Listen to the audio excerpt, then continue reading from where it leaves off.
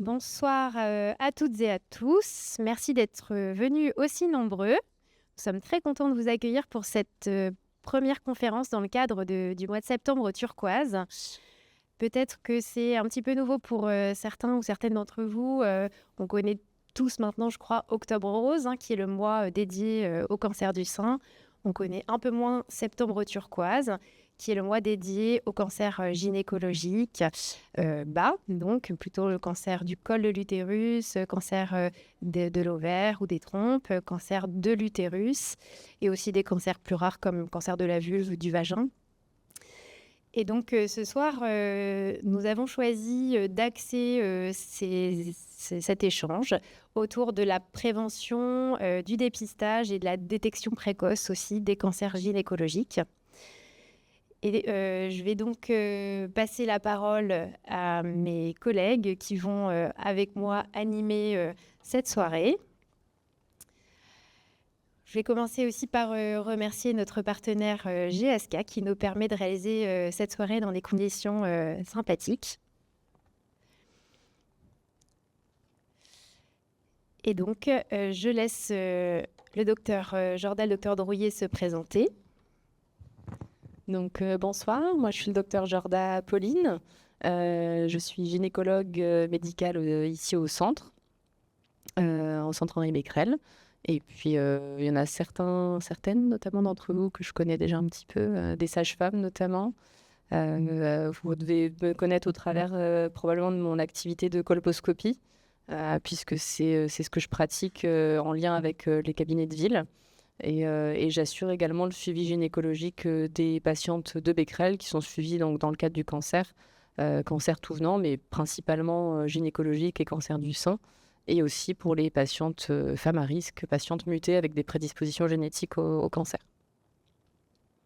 Et je passe la parole à mon collègue Aurélien. Bonjour, bonsoir. Du coup, moi, je suis Aurélien Drouillet. Je suis assistant en gynécologie médicale avec une petite valence oncologique puisque j'ai fait la FST de cancérologie. Et donc, j'ai une activité partagée 40% à Becquerel en gynécologie médicale, donc qui est à peu près similaire à l'activité de Pauline. Et une activité à 60% à l'hôpital du Havre, plus axée sur l'oncologie gynécologique et la scénologie. Voilà.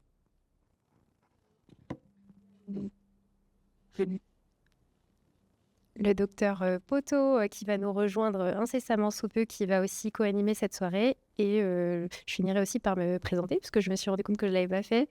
Et tout le monde ne me connaît pas. Je suis le docteur Camille Pétro. Moi, je suis oncologue médicale à Becquerel. Et je prends en charge principalement des patientes atteintes de cancer gynécologique ou de cancer du sein. Voilà, donc on va pouvoir commencer avec le premier topo sur l'HPV et la vaccination. Et je laisse la parole au docteur Jorda.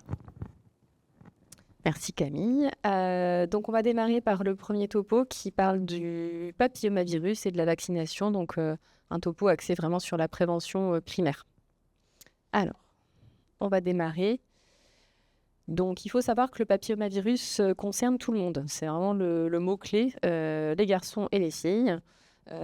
Et que c'est un papillomavirus qui touche tout le monde, qui est très fréquent et qui malheureusement est responsable de nombreux cancers. On estime à peu près 5% des cancers dans le monde qui sont liés au papillomavirus, donc c'est énorme. Je n'ai pas remis tous les chiffres parce que le but, c'est pas non plus de vous asséner des chiffres à tout bout de champ, mais c'est de garder vraiment à l'idée que c'est un virus très fréquent et qui touche vraiment les hommes et les femmes, et que cette infection touche à peu près 75 à 80% des personnes au cours de leur vie. Ça ne veut pas forcément dire qu'ils auront des problèmes de santé liés à cet HPV, mais tout ce qu'on peut savoir, c'est que un jour ou l'autre, dans 80% des cas, on va rencontrer ce papillomavirus dans notre vie. Il existe à peu près 200 papillomavirus humains, donc très nombreux. C'est un virus très fréquent, très courant, très connu. À peu près 40 ont un tropisme génital, c'est-à-dire que 40 vont avoir une prédisposition à s'installer au niveau des organes génitaux chez l'homme et chez la femme. Et 12 HPV ont été considérés comme à haut risque oncogène, c'est-à-dire avec une capacité à modifier l'ADN des cellules, à les transformer en cellules cancéreuses quand ça persiste un certain temps. Donc c'est un virus très contagieux. Dès qu'on le rencontre, on a à peu près 60% de risque de l'attraper. Donc c'est un virus qui se transmet très vite par un simple contact. C'est-à-dire c'est vraiment une transmission de type contact, donc notamment durant les interactions sexuelles, mais ça j'y reviendrai un petit peu plus tard. Et du coup, d'où le taux d'acquisition assez élevé en début d'activité sexuelle, en début d'activité génitale chez les plus jeunes, puisque c'est l'âge où on explore, on a quelques partenaires et effectivement, c'est à ce moment-là qu'on s'infecte plus facilement. Mais il faut savoir que c'est un risque qui va perdurer toute la vie. C'est pas que les jeunes. Vous le savez comme moi, beaucoup de personnes refont leur vie passer certaines relations. Et on a de plus en plus de couples, et notamment moi en gynécologie, je suis de plus en plus de femmes qui refont leur vie après certaines séparations, après un divorce, qui ont d'autres partenaires à partir de 50, 60 ans, et finalement se réinfectent avec de l'HPV. Donc c'est pas un problème que des personnes plus jeunes, ça atteint vraiment toutes les personnes tout au long de la vie. Donc c'est vraiment à retenir. Donc j'ai remis quelques idées reçues par rapport au papillomavirus. Beaucoup pensent que le préservatif suffit à s'en prémunir et que ça protège à 100%. Alors malheureusement, c'est faux. Le préservatif est très utile, évidemment, pour d'autres infections sexuellement transmissibles, hein, évidemment. Mais par rapport au papillomavirus précisément, la transmission est tout à fait possible, même sans pénétration. Donc ça, c'est vraiment important à comprendre. Comme je vous disais, c'est un virus qui se transmet par contact, donc lors des préliminaires, lors des attouchements, même sans pénétration vaginale, notamment. Donc ça va être sur toutes les zones non protégées par le préservatif, comme la base de la verge, la vulve, le périnée, le scrotum. Toute cette région-là, périnéale finalement, va potentiellement être conductrice de l'HPV. Par rapport au cancer du col, pour cette prévention du cancer du col, on pense souvent que le frottis va suffire et qu'on se dit finalement l'HPV, on s'en fiche un peu, tant qu'on fait nos dépistages, ça va suffire. Non. Malheureusement, les chiffres nous montrent bien que le dépistage ne suffit pas à prévenir tout ça, puisque seuls 50 à 60% des femmes se font dépister régulièrement et font le dépistage organisé du cancer du col. Donc c'est bien trop peu, hein. On a la chance en France d'avoir ce dépistage qui est remboursé par la Sécurité sociale, pour lequel on reçoit des convocations. Il n'y a pas beaucoup de pays qui peuvent se vanter de prendre soin quand même de sa population comme ça. Et malheureusement, du fait de plein de choses, hein, notamment de certains déserts médicaux, la difficulté d'accès à certains suivis gynécologiques, c'est pas toujours facile pour les femmes de se faire dépister, mais très peu en bénéficient. Enfin, pas assez finalement. Le frottis tout seul ne suffit pas parce qu'il a une faible sensibilité.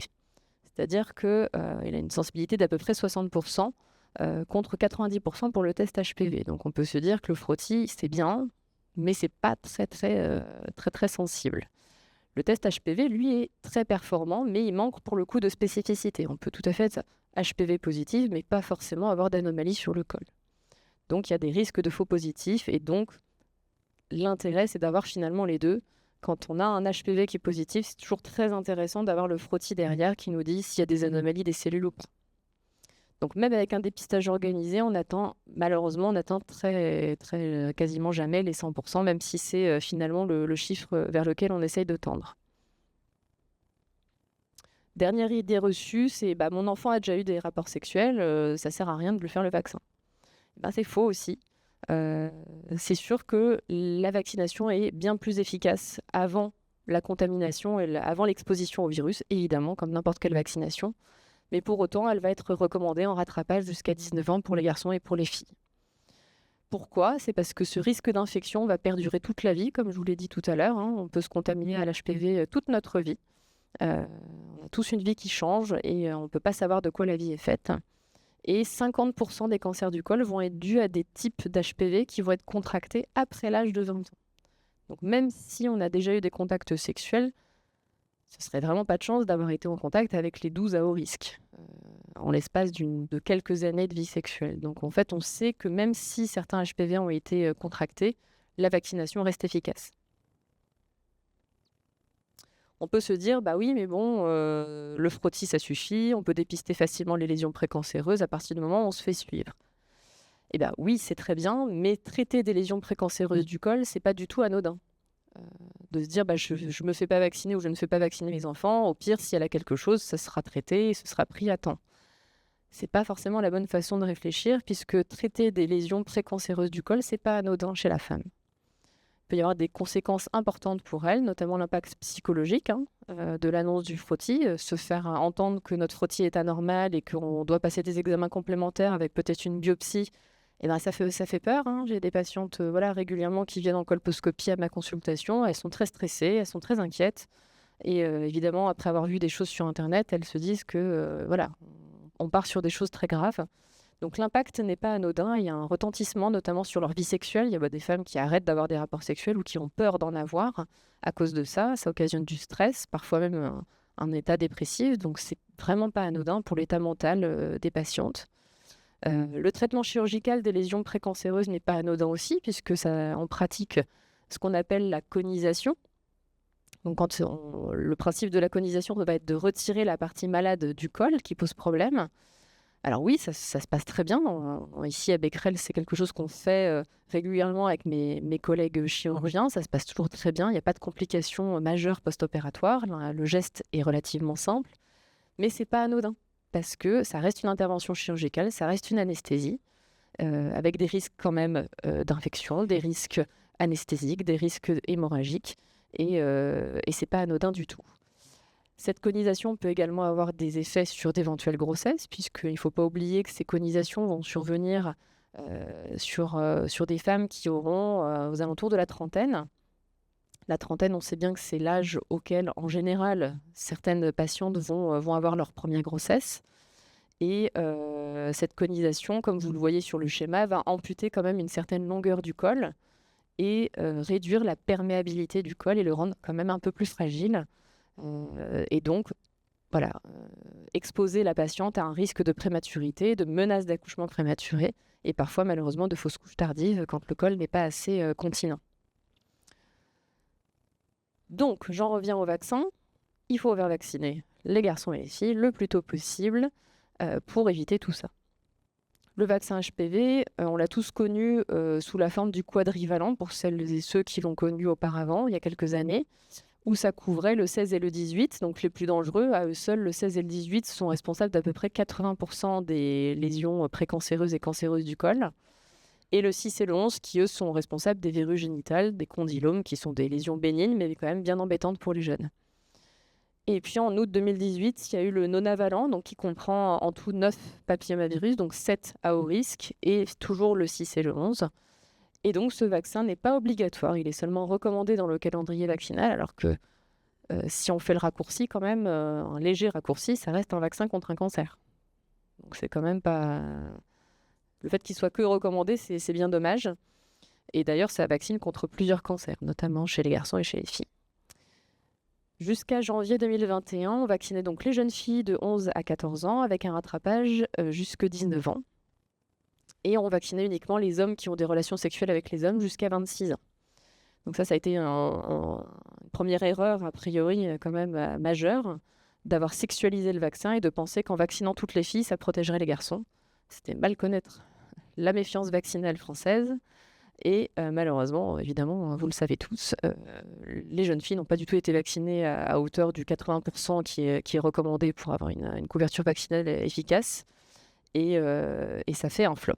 Donc, de coup, à partir de 2021, ils ont élargi aux garçons, en se disant on va élargir un petit peu pour que les garçons aussi participent à l'effort vaccinal. Et finalement, la couverture vaccinale reste quand même très très faible.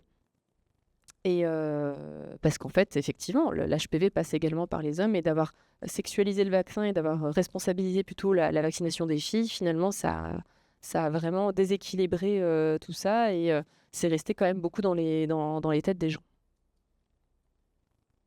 Comment ça marche ce vaccin? Donc, pour faire simple, il faut savoir que donc, les mécanismes d'action du vaccin, ça va être la neutralisation des particules virales pour empêcher la dysplasie, donc l'anomalie liée à l'HPV, et à long terme, éviter la cancérogenèse.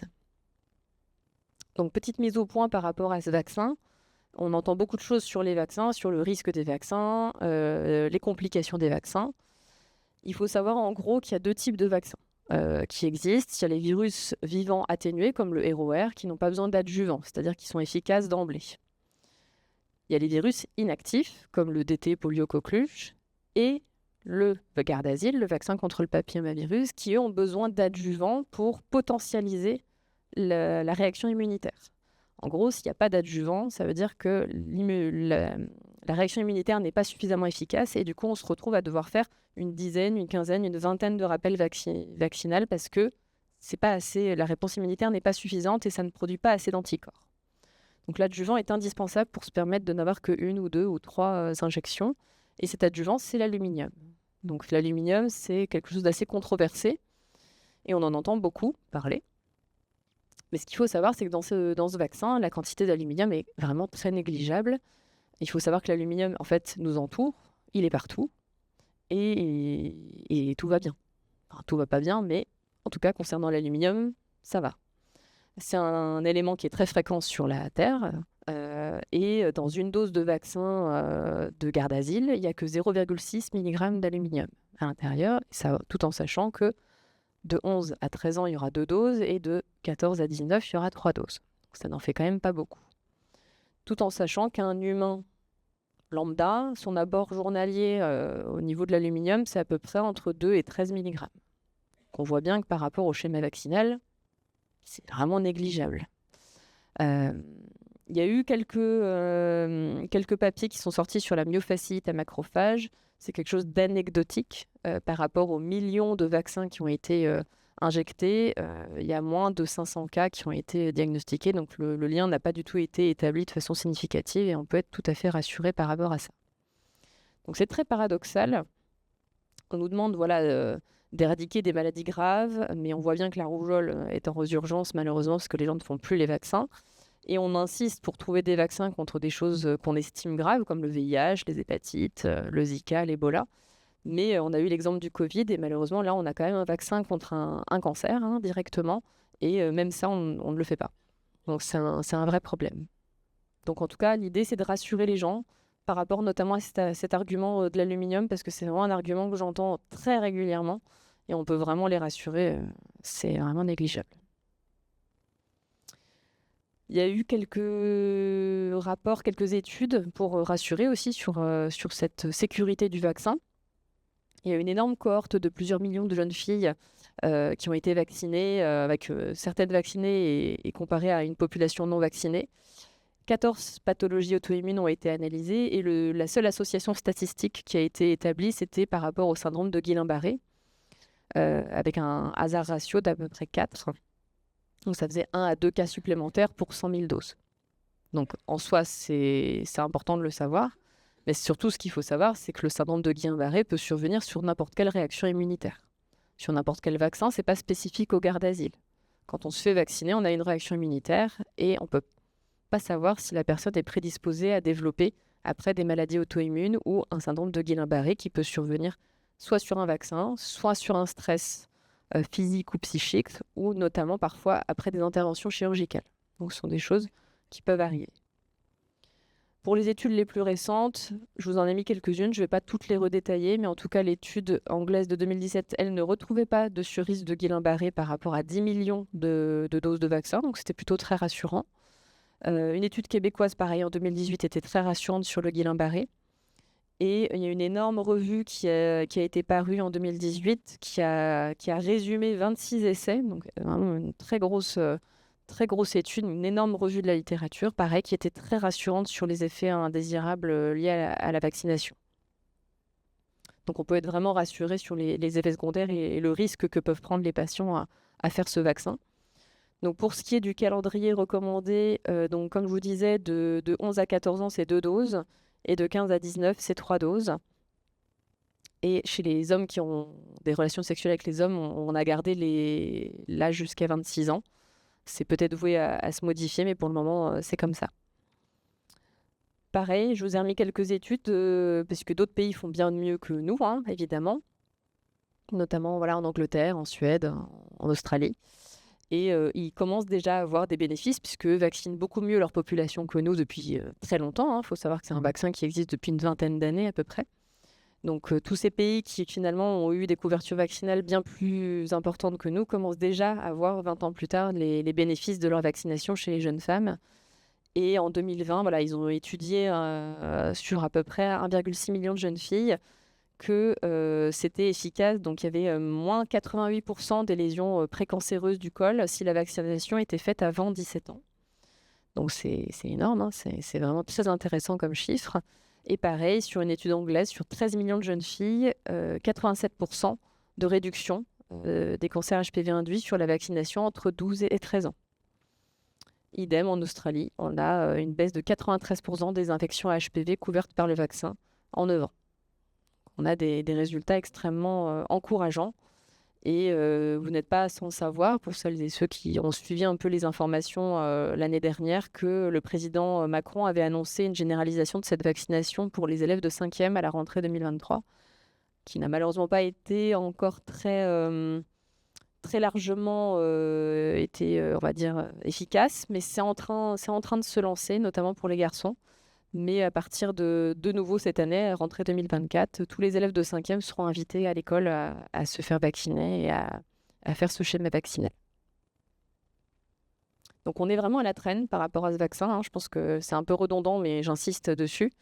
Et les derniers chiffres, c'est que 2023, voilà, il n'y avait que 44,7% de schéma complet pour les filles et que 15,8% de schéma complet pour les garçons. Donc c'est vraiment pas glorieux comme chiffre. On peut, je pense, faire mieux.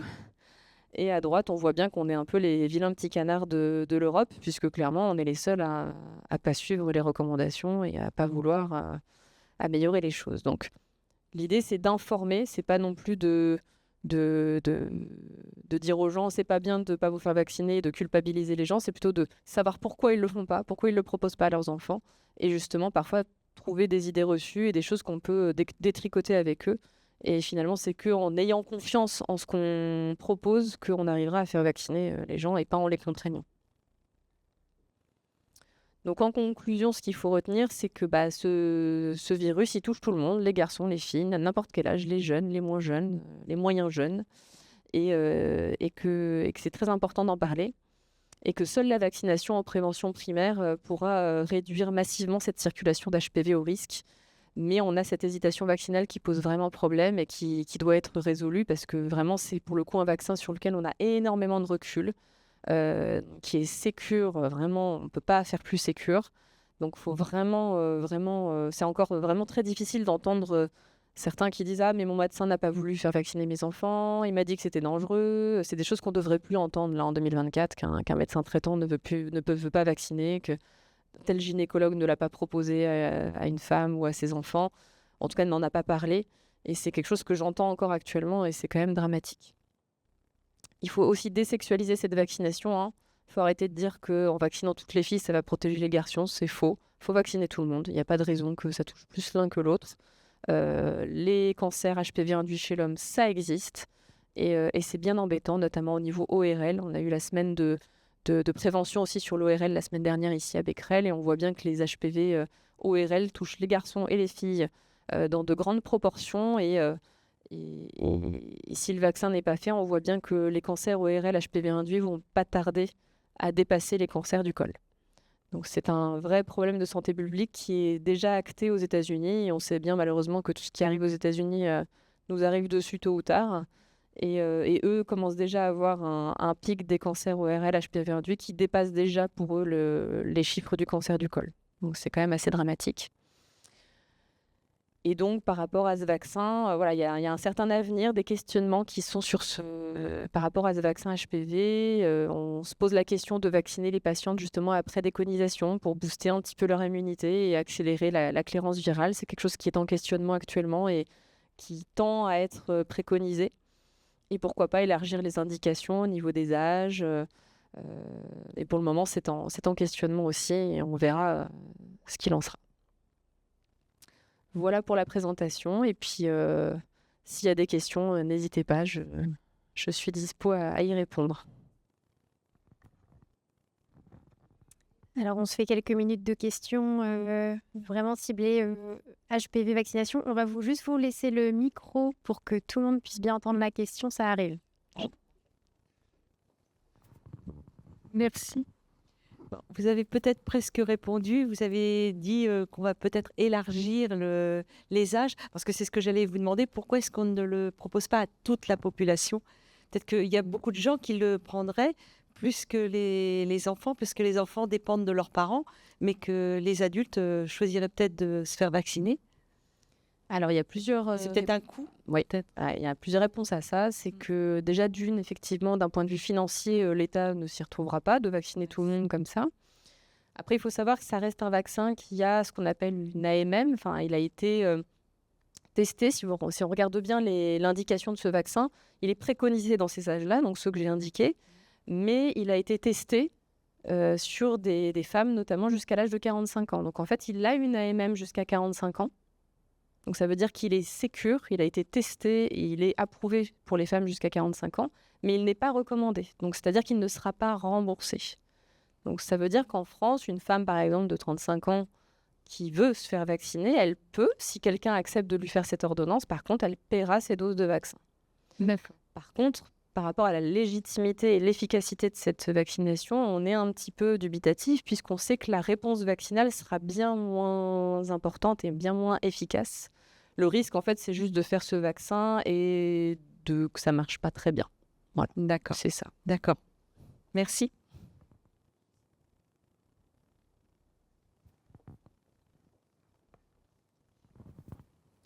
Moi, j'ai une petite question, c'est peut-être un peu plus personnel. Voilà, moi, j'ai eu, par exemple, 2 injections sur 3. Je voulais savoir s'il y avait quand même une protection ou pas, si on n'a pas reçu la totalité des injections. Vous les avez eus à quel âge? J'avais 12-13 ans, je dirais. Ouais, bah c'est bon, c'est les recommandations. Deux D'accord, parce doses. qu'à ce moment-là, mes parents, il y avait eu pas mal de jeunes filles qui avaient été soi-disant paralysées, etc. Ils ont pris un petit peu peur. Ils n'ont pas voulu me faire la 3e injection. Et c'est vrai que depuis, je me pose pas mal de questions sur ça. Et que ce soit mon médecin traitant ou ma gynécologue n'est pas forcément capable de me répondre. Bah, si les 2 injections étaient faites à 12-13 ans, ça fait partie des recommandations vaccinales. Donc, il n'y avait pas forcément de 3e dose à faire. Après, si la question c'est si éventuellement c'était à 15 ans, on sait qu'une 3e dose c'est mieux, mais 2 doses c'est très efficace quand même. Donc en fait, s'il n'y a pas vraiment... chez les gens qui n'ont pas pu finir leur schéma vaccinal, on ne recommande pas de refaire ce schéma vaccinal. Ça s'est vu beaucoup pendant le Covid où les gens n'ont pas... où malheureusement, voilà, il y a eu une pause un peu pour tout le monde dans cette période-là. Et on sait qu'il y a des schémas vaccinaux qui n'ont pas pu être terminés. Et on sait qu'entre 2 et 3 doses, alors c'est toujours mieux d'en faire une 3e évidemment à ces âges-là, mais le bénéfice du vaccin, il est conservé. Hein. Il est conservé. Par contre, se pose la question des patientes qui ont démarré leur schéma vaccinal, par exemple avec l'ancien vaccin, le quadrivalent. Effectivement, dans ces cas-là, si elles ont démarré avec le quadrivalent, alors il n'existe plus maintenant, mais à l'époque, il fallait reprendre le schéma vaccinal avec le nonavalent. L'idée, c'était pas de faire une injection de l'un, une injection de l'autre. C'était de refaire le schéma vaccinal avec le nouveau. Mais si vous avez eu le nouveau, le nonavalent, et qu'il y a eu 2 doses, tout va bien. C'était en 2012-2013, donc... Ça devait être le quadrivalent, probablement. Donc non, c'est bien.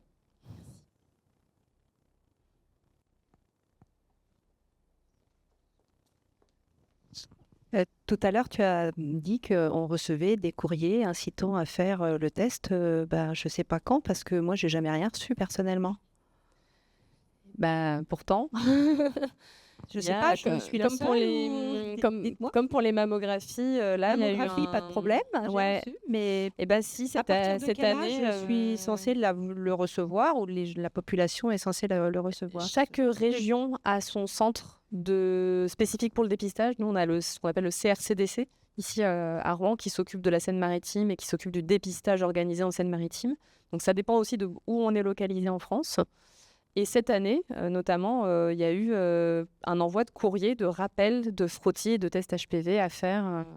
Et justement, tout à l'heure, quand tu parlais frottis et test HPV, c'était pas la même chose. Quand on va voir notre gynécologue ou médecin traitant, peu importe, comment sait-on ce qu'il nous a prélevé, enfin en tout cas ce qu'il a fait comme examen, parce qu'il fait forcément les deux. Il fait d'abord HPV et si les résultats sont positifs, là on fait un frottis. Est-ce qu'il fait un frottis et avec HPV en même temps?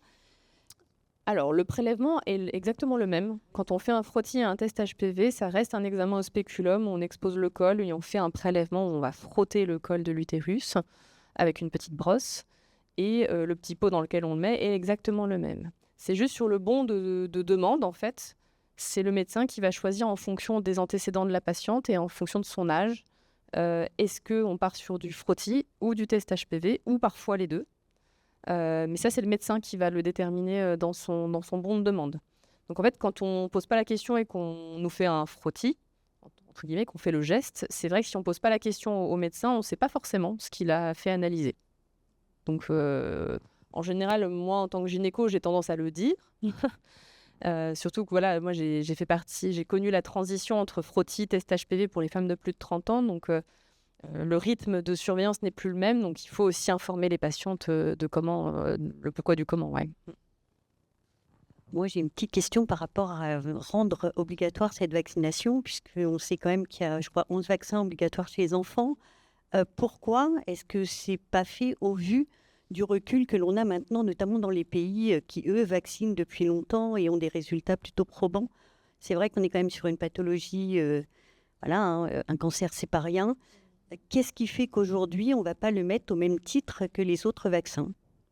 Est-ce que tu sais peut-être pas, c'est une politique de santé publique, je ne sais pas, des fois on se perd un peu, mais... J'ai pas la main mise dessus, évidemment. J'ai pas de réponse à apporter à ça. Évidemment, c'est bien dommage. J'en suis la première attristée de voir que peut-être que... Alors, je vais peut-être dire des mots assez forts, mais peut-être que ça tue pas assez de personnes et que c'est pas assez... Non, mais c'est vrai.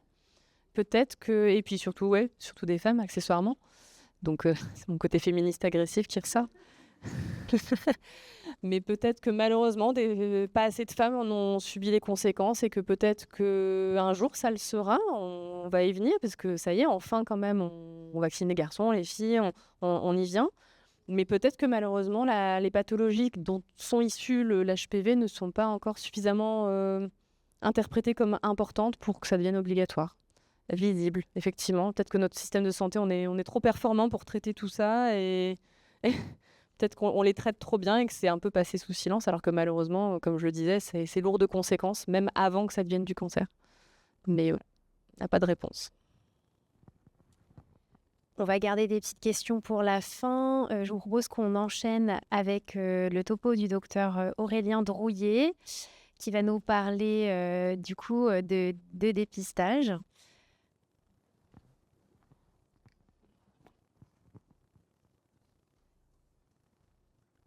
Alors du coup, je vais vous parler du cancer du col avec quelques chiffres, la prévention, le dépistage et puis un point sur la colposcopie. Alors le papillomavirus, c'est une infection sexuellement transmissible qui est très fréquente, ça se recoupe un peu avec Pauline, mais voilà, et qui est contractée généralement tout au début de la vie sexuelle, même sans pénétration, comme elle vous l'a dit. Donc il y a plus de 200 types de papillomavirus, 12 sont oncogènes. Et il y a environ 80% des hommes et des femmes qui seront infectés à un moment de leur vie. Si les infections HPV disparaissent la plupart du temps naturellement en quelques mois, dans certains cas, elles peuvent persister et évoluer vers un cancer du col, du vagin, de la vulve, de l'anus, pénis et de la sphère ORL. Chaque année en France, il y a 6400 nouveaux cas de cancer qui sont liés à l'HPV. Et donc, la vaccination HPV prévient la très grande majorité des infections qui sont responsables de ces cancers. Donc, elle est fortement recommandée. Il y a eu, en 2023, 3159 nouveaux cas de cancer du col de l'utérus, ce qui la classe donc au 11e rang des cancers chez la femme. 3/4 des femmes ont moins de 65 ans au moment du diagnostic, avec un pic d'incidence autour de 40 ans. Concernant les lésions précancéreuses, sur 35 000 lésions précancéreuses qui sont traitées par an, 50% des patientes ont moins de 39 ans. Donc le cancer du col, il est responsable de 1100 décès par an, ce qui en fait le 12e cancer le plus meurtrier chez la femme. Et donc la vaccination est recommandée, comme l'a dit Pauline, donc chez les jeunes, garçons et filles, dès 11 ans contre les cancers, mais également les lésions précancéreuses et les lésions bénignes type condylome.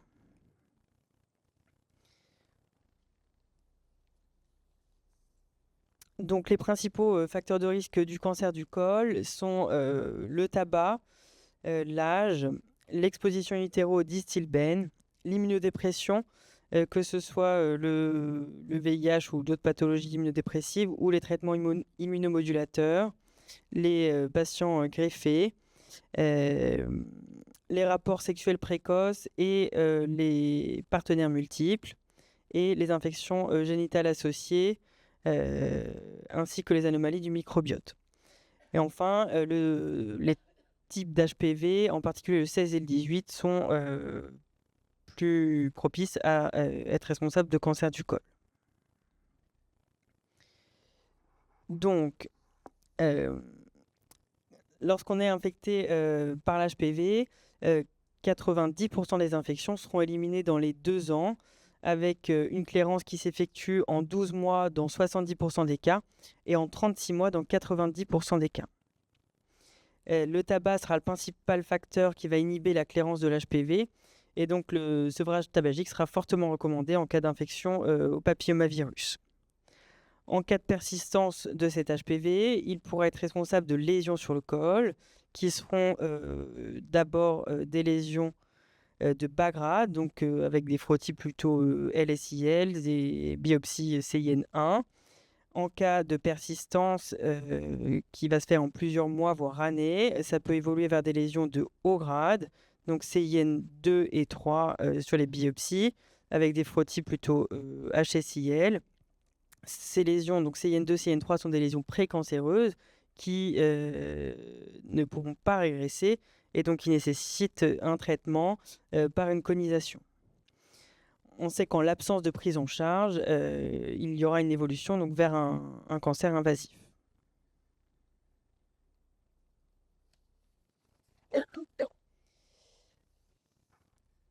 Alors, le dépistage du cancer du col. Donc, on a la prévention primaire avec la vaccination anti-HPV dont a parlé Pauline.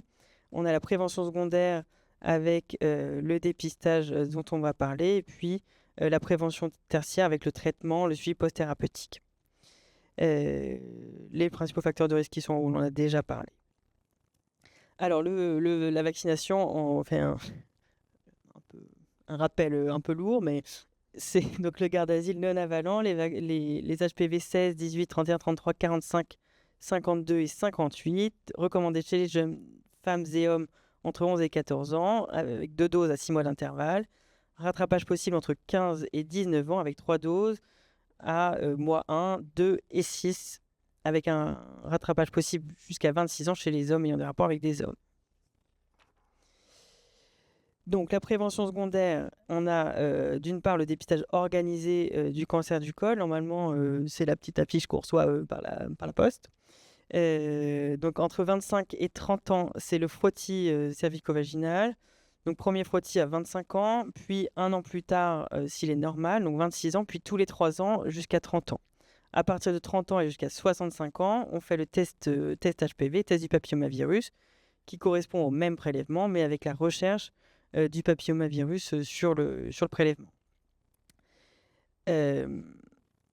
Puis, tous les 5 ans, en cas de test HPV négatif. Pour ce qui est du dépistage individuel du cancer du col, en cas de traitement immunosuppresseur, il est recommandé de faire soit une cytologie annuelle, soit un test HPV tous les 3 ans. Et en cas d'antécédent de lésions de haut grade qui ont été traitées par une conisation, il faudra faire un test HPV tous les 3 ans à vie. Donc le frottis, le prélèvement, ça se fait avec le spéculum, la petite brossette en photo. En cas d'anomalie de ces prélèvements, il sera recommandé de faire une colposcopie. Donc les indications de la colposcopie, c'est un frottis anormal et des symptômes, donc un col suspect, des métrorragies post-coïtales, des anomalies de ce type. Donc, les indications de la colposcopie en fonction des frottis. Donc, chez les jeunes femmes entre 25 et 29 ans, donc l'examen premier, c'est la cytologie, le frottis cervico-vaginal, qui peut être normal en cas de normalité. Donc, on a dit contrôle à 1 an, après le premier à 25 ans, puis tous les 3 ans. Il peut être soit ascus. Donc, s'il est ascus, il y aura un test HPV réflexe qui sera fait d'office par le laboratoire. Donc, ASCUS HPV positif, il faudra faire une colposcopie. ASCUS HPV négatif, pas de colposcopie, on contrôle la cytologie à 3 ans. En cas de frottis de bas grade, donc LSIL, ASCASH, HSIL, il faut faire une colposcopie.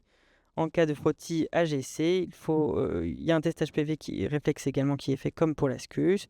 S'il est positif, donc colposcopie avec un curetage endocervical qui est effectué au décours de l'examen.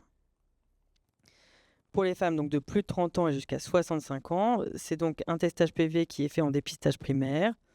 En cas d'HPV négatif, le contrôle est recommandé à 5 ans jusqu'à 65 ans. En cas d'HPV positif, il y a une cytologie réflexe qui est effectuée par le laboratoire. Si la cytologie est normale, on contrôle le test HPV à 1 an. Si l'HPV revient alors négatif, on rentre dans le dépistage standard avec un HPV à 5 ans. Si à 1 an, on a une persistance de l'HPV, il est indiqué de faire une colposcopie pour HPV persistant. En cas d'anomalie à la cytologie réflexe, il est indiqué donc une colposcopie. Les grandes lignes de cet examen, la consultation donc, se déroule de la manière suivante. Grosso modo, on a tout d'abord une partie interrogatoire, information, prévention. On discute de la vaccination, des dépistages des IST, etc. Puis, on installe la patiente donc en position gynécologique avec un colposcope, donc en appareil, une grosse loupe. Et on regarde tout d'abord sans préparation, donc sans colorant. Ce que l'on peut voir, c'est une rougeur, une déformation de l'orifice externe du col, des vaisseaux. Puis, dans un deuxième temps, on applique le premier colorant qui est l'acide acétique, qui est un colorant qui peut picoter un petit peu, chauffer un peu, qui n'est pas forcément très agréable, qui nous permet de voir la jonction entre les deux épithéliums. On classe la jonction, donc type 1, type 2, type 3. Bon, bref, c'est un peu spécifique. Puis, on recherche une acidophilie qui peut être fine, épaisse, en mosaïque. On peut voir les vaisseaux, des anomalies sur la colposcopie qu'on décrit dans nos comptes rendus et que vous devez voir, même si c'est un peu spécifique parfois.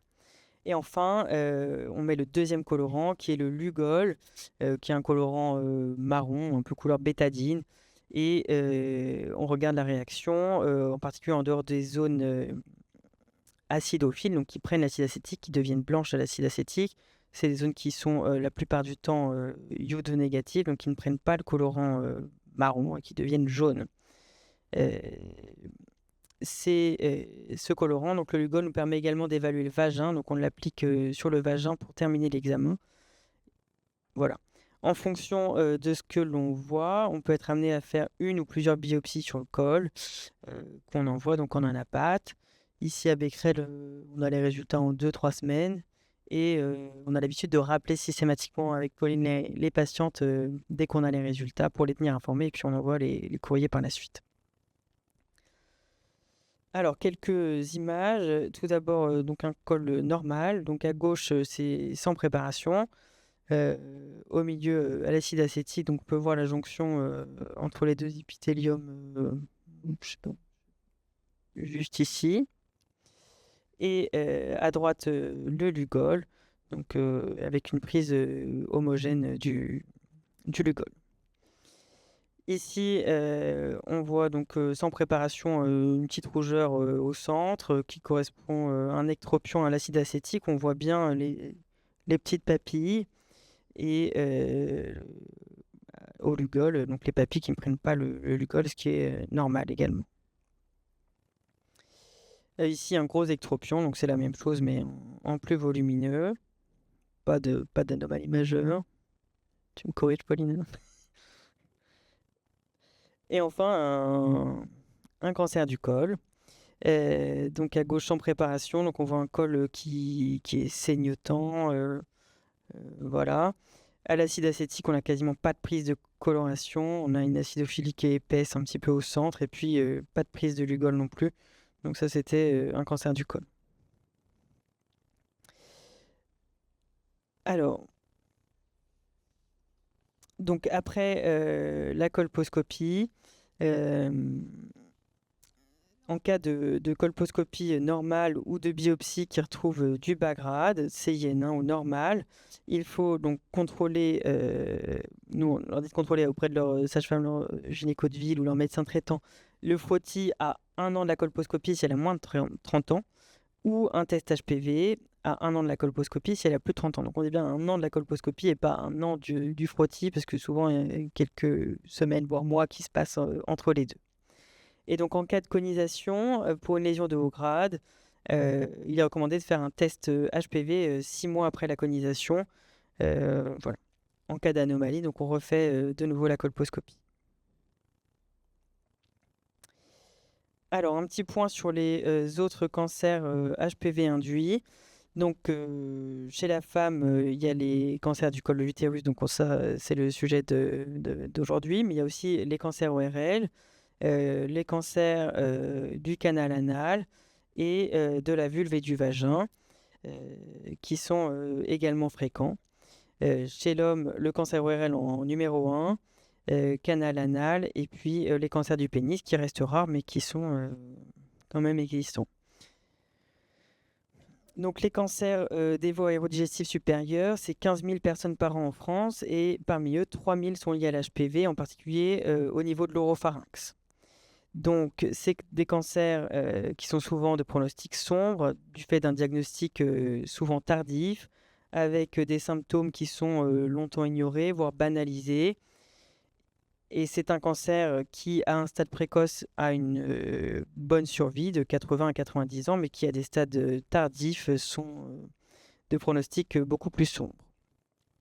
Concernant les cancers ORL HPV induits, ils sont en augmentation dans les pays développés, avec un meilleur pronostic malgré tout que les cancers ORL qui sont induits par le tabac. Les principaux facteurs de risque de ces cancers sont le nombre de partenaires, la pratique du sexe oral et les sérotypes 16 et 18 qui sont également les plus méchants. N'existe pas de test HPV possible au niveau ORL, donc pas de dépistage organisé.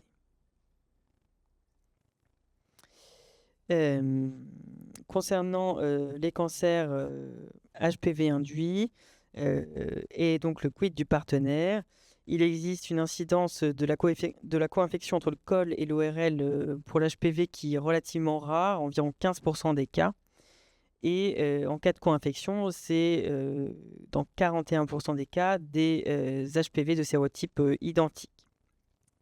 Donc la présence d'HPV pathogène chez le partenaire est rare, malgré la poursuite des rapports oraux. Et donc il existe une probable résolution spontanée de l'infection chez le partenaire, comme dans le col.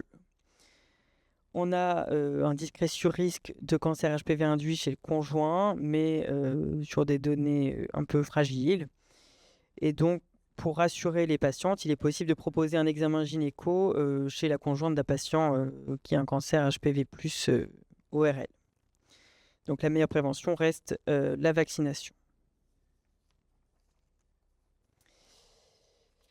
Donc, en conclusion, l'infection HPV touche les hommes et les femmes, les organes génitaux, mais également la sphère anale et la sphère ORL. La prévention secondaire est indispensable, mais non suffisante puisqu'environ 40% des femmes ne font pas leur frottis. Donc seule la vaccination, la prévention primaire, permet de réduire massivement la circulation des papillomavirus. Mais on a quand même, comme l'a dit Pauline, une réelle confrontation à l'hésitation vaccinale. Malgré tout, les chiffres de la campagne vaccinale de 2023 est encourageante, même si insuffisante, mais elle montre quand même une élévation des chiffres entre 2022 et 2023. Donc, on garde espoir pour la suite. Voilà. Merci Aurélien. Est-ce qu'il y a des questions dans la salle pour Aurélien Drouillet? Alors, juste là.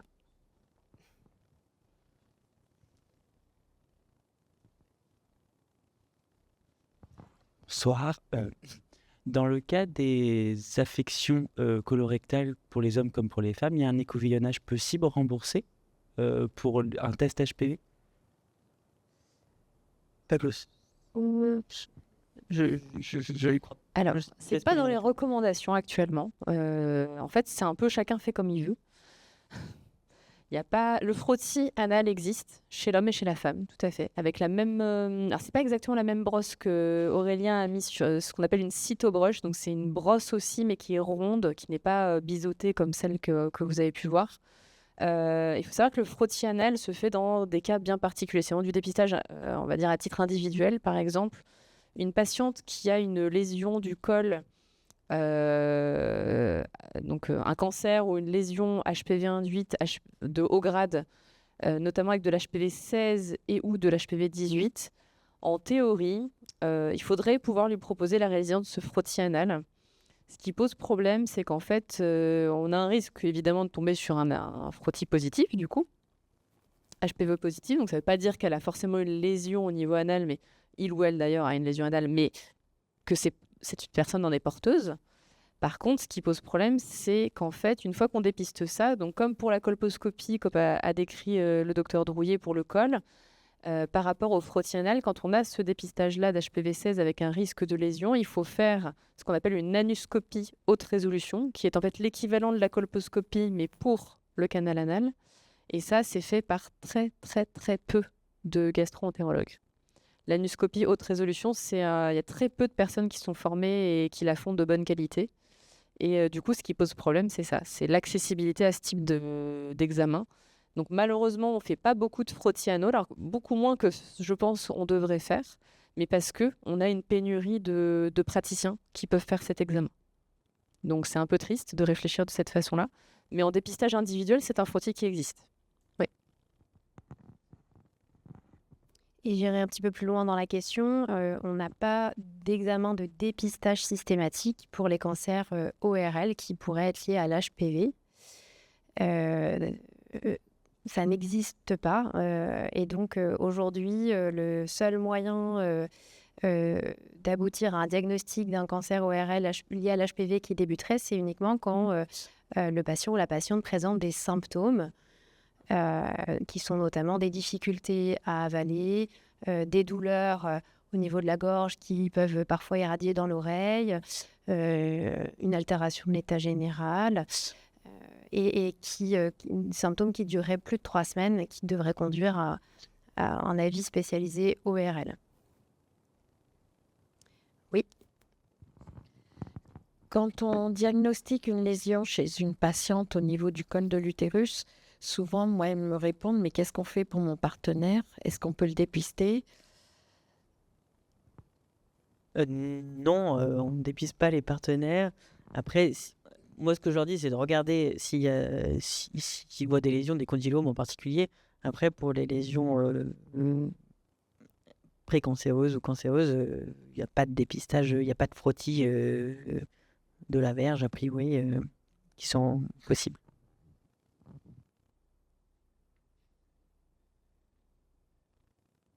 Personnellement, moi, quand mes patientes me posent la question, je leur demande si leur conjoint est une conjointe, parce que si elle a un utérus, forcément, c'est plus embêtant. Et si c'est un garçon, en fait, moi, je leur réponds qu'ils ont probablement échangé leur souche HPV depuis un moment, et que, en fin de compte, pour l'homme, effectivement, à part surveiller qu'il n'y ait pas de lésion, il y a, sur les organes génitaux en particulier, il n'y a pas grand-chose d'autre à faire. Son système immunitaire a probablement déjà éliminé ou mis en dormance le virus, et donc, voilà. Puis l'avantage quand même chez l'homme, c'est que les lésions sont plus facilement visibles que chez la femme. Il n'est pas prouvé qu'il y ait un surrisque de cancer chez le partenaire quand il y a un diagnostic de cancer lié à l'HPV chez l'un ou chez l'autre. Oui, puis souvent, ils ont échangé leur souche dès le départ, donc il n'y a plus grand-chose à faire en prévention primaire, en tout cas, s'il n'a pas été vacciné. Après, je voulais réagir sur les invitations. Tout à l'heure, il y avait une personne qui demandait moi, je suis sage-femme, j'ai une activité en libéral. Et effectivement, j'ai pu constater que les invitations étaient un peu envoyées parfois comme ça. On avait fait l'HPV l'année dernière et elle recevait l'invitation l'année d'après. Certaines reçoivent, d'autres pas. Parfois, les gens déménagent. Enfin, c'est pas toujours simple à suivre. Ce qui serait vraiment génial, c'est que ça fasse partie des examens, soit sur le dossier médical partagé, soit des résultats qui soient systématiquement rendus aux patientes, parce que c'est vrai que parfois elles changent de personnes pour faire leur suivi gynécologique. Et moi, j'avoue que je suis un petit peu comme Saint Thomas quand j'ai pas d'examen, mais qu'elles me disent oui, il m'a fait un prélèvement, mais c'était l'année dernière. Ah non, attendez, c'était peut-être il y a 2 ans. Enfin, mais on m'a dit que tout allait bien. On m'a dit que tout allait bien, mais en général, je refais l'examen parce que voilà, des fois c'est pas récupéré, des fois c'est mis dans le mauvais dossier, des fois on a dit que tout allait bien parce qu'on pensait la revoir l'année d'après pour refaire le frottis. Enfin, voilà, donc faut se méfier du tout allait bien. Si on n'a pas les résultats sous les yeux. Enfin, moi je pense, parce que j'ai déjà vu des catas. Oui, je rebondis dessus parce qu'effectivement, il y a des patientes qui, quand on leur dit est-ce qu'on vous a fait un frottis, elles disent oui. Et en fait, ça se trouve, c'était juste un prélèvement vaginal bactériologique et c'est pas forcément un frottis ou et vice-versa. Donc c'est vrai que voilà, il y a un biais quand même. D'autant plus que maintenant, on ne sait pas si c'était une cytologie ou un HPV Voilà, qui exactement. a été réalisé, donc ça change quand Donc même c'est un peu le délai. compliqué. Et je rebondis aussi quand vous disiez voilà, le conjoint peut être une conjointe. Je rebondis quand même rapidement là-dessus parce que on a été témoin quand même d'un drame cette année sur une patiente. Effectivement, les patientes qui ont des relations sexuelles avec des femmes, évidemment qu'elles doivent bénéficier du dépistage. Vous avez l'air d'être tous au courant et tous d'accord là-dessus, mais a priori, malheureusement, de vieux gynécologues, alors j'aime pas dire des vieux, mais d'anciens gynécologues en tout cas, on n'avait pas l'air au courant que l'HPV circulait par contact. Et on a malheureusement une histoire assez triste d'une femme assez jeune qui est décédée cette année dans notre centre. Parce que tout simplement, on lui avait dit il y a à peu près une dizaine d'années que ça ne servait plus à rien de faire des frottis puisqu'elle était en couple avec une femme. Bah oui, mais manque de bol, 10 ans plus tard, elle a un cancer du col à 35 ans et elle en est malheureusement décédée cette année. Parce qu'elle n'avait pas de suivi gynéco et les 2 enfants malheureusement qu'elle laisse ont été portés par sa conjointe, donc elle n'a pas pu bénéficier d'examen gynécologique pendant une éventuelle grossesse non plus. Donc 10 ans sans dépistage et finalement on tombe sur une lésion très évolutive du col qui malheureusement l'a emportée. Et donc de décéder d'une mésinformation, c'est d'autant plus dramatique. Donc évidemment, vous avez l'air d'être tous au courant, mais c'est important aussi de le savoir. Voilà, c'est pas parce qu'il n'y a pas de rapport pénétrant qu'il n'y a pas d'HPV. Voilà, je rebondis vraiment sur ça parce que voilà, même quand il n'y a pas eu de rapport sexuel avec pénétration, ça reste une circulation d'HPV. Et je terminerai là-dessus par rapport aux patientes victimes dans leur... alors je dis patientes parce que voilà, on va parler des femmes, mais les patientes victimes de violences sexuelles dans l'enfance et l'adolescence. Il ne faut pas oublier que malheureusement, c'est un peu triste à dire, mais c'est des personnes qui vont être exposées à l'HPV beaucoup plus tôt que d'autres. Et quand on est avant même d'avoir eu leur vaccin, garde d'asile, quand elles ont la chance de l'avoir. Donc c'est des patientes, quand on sait qu'une patiente a été victime d'agression plus jeune, que ce soit des attouchements ou autres, on sait qu'elle va être malheureusement surexposée à un risque d'HPV. Et comme vous le savez, comme a dit le docteur Drouillet, c'est une physiopathologie assez longue. Alors, on se dit que 10-15 ans, c'est énorme, mais effectivement, malheureusement, quand on a été exposé avant nos 10 ans, c'est sûr qu'à 20-25 ans, c'est là qu'on va développer des lésions précancéreuses et c'est là qu'on tombe sur parfois des hauts grades du col chez des très jeunes. Donc, je ne dis pas que c'est le cas pour toutes, mais il faut le garder en tête. C'est important. Je finirai peut-être par une petite question technique pour le docteur Drouillet, pour celles et ceux dans la salle qui sont ni sage-femme ni gynécologue. Une colposcopie, concrètement, ça fait mal? Ça se passe où? Ça se passe comment? En pratique, c'est un examen gynécologique, donc par définition, c'est pas très agréable. Les colorants, il y en a un qui picote parfois les patientes, mais c'est pas systématique. Concernant les biopsies, ce que je leur dis, c'est que ça pince un peu, mais quelques secondes. Mais c'est sans anesthésie et ça se passe globalement très bien dans l'immense majorité des cas. Voilà. Donc ça se fait dans une salle de Ça se consultation? fait en consultation bloc classique, non. opératoire, Consultation sans anesthésie, et ça dure grosso modo une demi-heure avec l'interrogatoire inclus. L'examen en soi, il dure une dizaine de minutes. Merci. Merci. Une dernière question avant qu'on passe au topo du docteur Juste Costo. par rapport à la douleur, quand on a des victimes, des femmes victimes de violences, etc., certaines demandent si on ne peut pas leur prescrire un anesthésiant au niveau du col.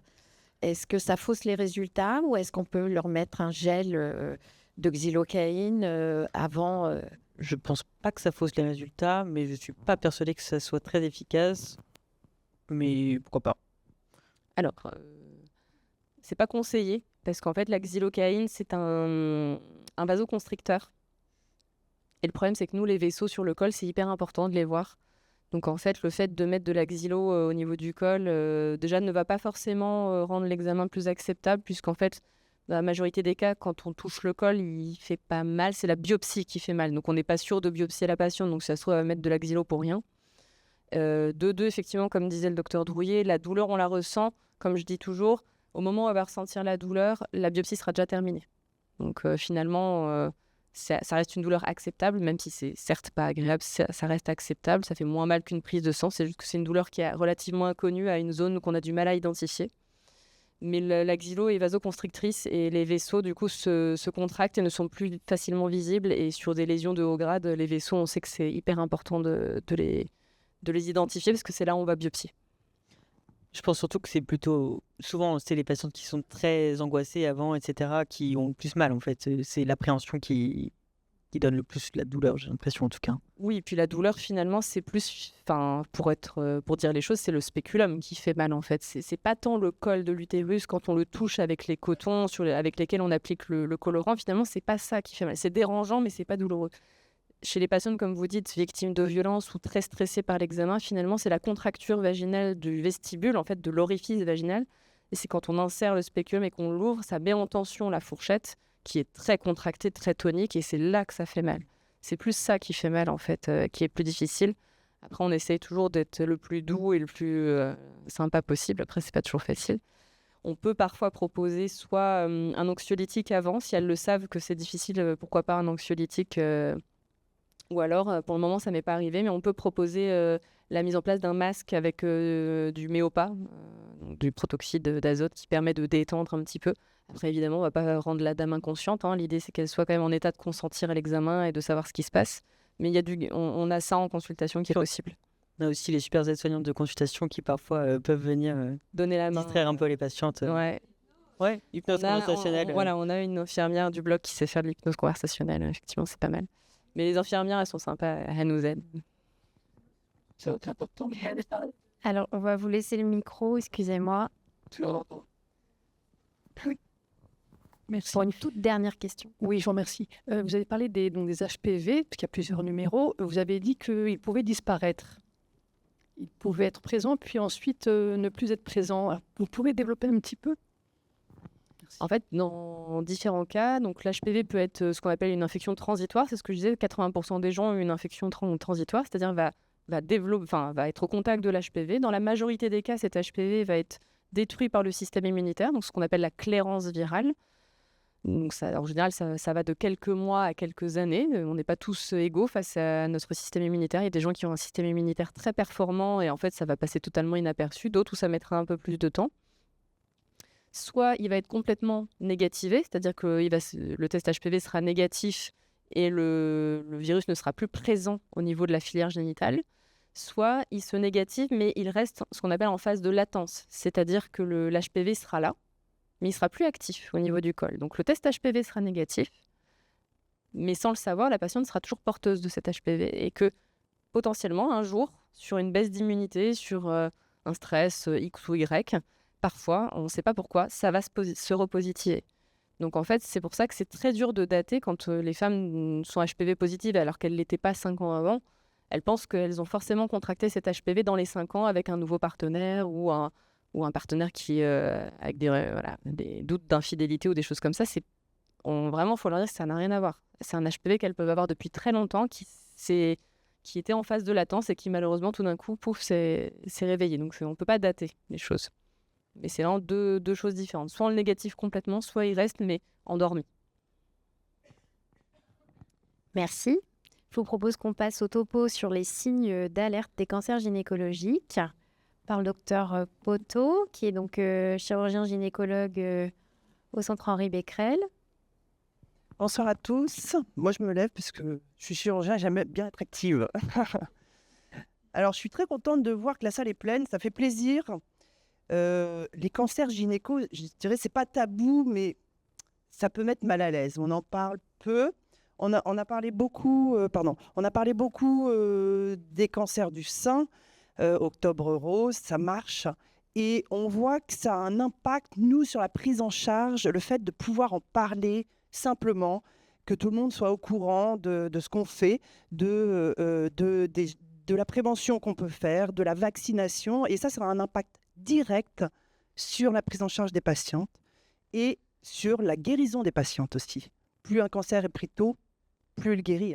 Donc, c'est vraiment important et je suis très contente d'avoir plein de professionnels, entre autres de la santé, qui s'occupent des femmes au quotidien et qui puissent venir s'informer. Et j'espère qu'après ce topo, après ces topos, vous allez pouvoir partir avec quelques clés en vous disant ça y est, j'ai 3 trucs là que j'ai bien retenus et ça, dans ma pratique de tous les jours, je vais l'utiliser. Ça va m'être utile au quotidien. J'espère que vous allez partir avec ça. Alors, je vous ai fait un topo qui n'est pas centré sur les cancers du col de l'utérus.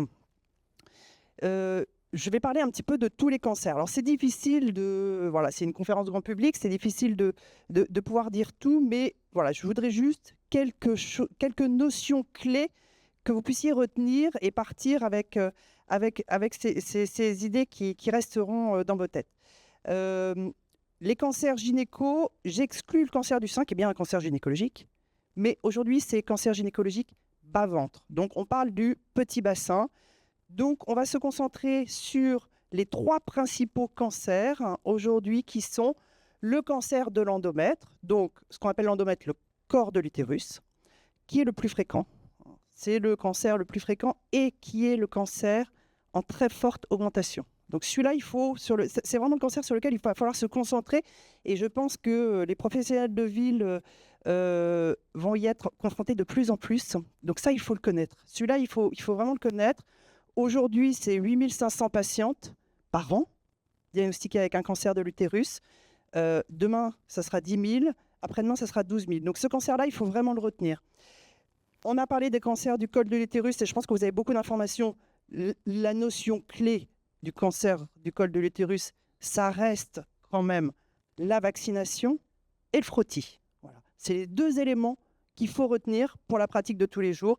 Est-ce que ma patiente, elle a eu son frottis? Est-ce qu'elle est l'âge? Est-ce qu'elle a été vaccinée? Voilà, c'est les 2 choses qu'il faut retenir en tant que professionnel. Et le cancer de l'ovaire, qui est une pathologie qui est difficile à traiter, qui est en légère diminution, qui est aujourd'hui autour de 5000 cas par an en France et qui nécessite, comme c'est une pathologie qui est difficile, qui nécessite d'être prise en charge dans des centres spécialisés. J'insiste là-dessus. Et il y a des quotas là, qui sont sortis l'année dernière en disant les cancers de l'ovaire, si vous connaissez quelqu'un qui a un cancer de l'ovaire, il doit être pris en charge dans un centre spécialisé. Alors un centre spécialisé, c'est un centre qui est accrédité à prendre en charge ce cancer. Le pronostic du cancer de l'ovaire est lié directement à la personne qui le traite. Aujourd'hui, c'est comme ça. Et donc, vous avez quelqu'un, vous avez une amie, vous avez une patiente qui a un cancer de l'ovaire. Cette patiente-là, vous l'adressez au centre qui s'occupe des cancers de l'ovaire. Voilà. Il y en a au moins un par région. Donc, voilà, pour vous renseigner, en Normandie, c'est nous. Voilà. Mais dans d'autres régions, vous aurez d'autres centres avec principalement les centres de lutte contre le cancer, mais il faut que ça soit pris en charge dans des centres spécialisés. Alors, pour pouvoir prendre en charge les cancers et avoir, vous en tant que professionnel, quand vous êtes en ville, avoir cette notion de risque, il faut savoir à qui on s'adresse. Je vous ai mis des petits slides, c'est juste parce que les images, c'est plus percutant. Souvent, on retient mieux avec des images. Je vous ai mis une petite personne âgée, là. Les cancers gynécologiques, ça touche principalement des femmes ménopausées. Alors, le cancer du col, exception faite, parce que le cancer du col, quand on regarde dans les chiffres, l'âge moyen du cancer du col aujourd'hui, c'est 51 ans.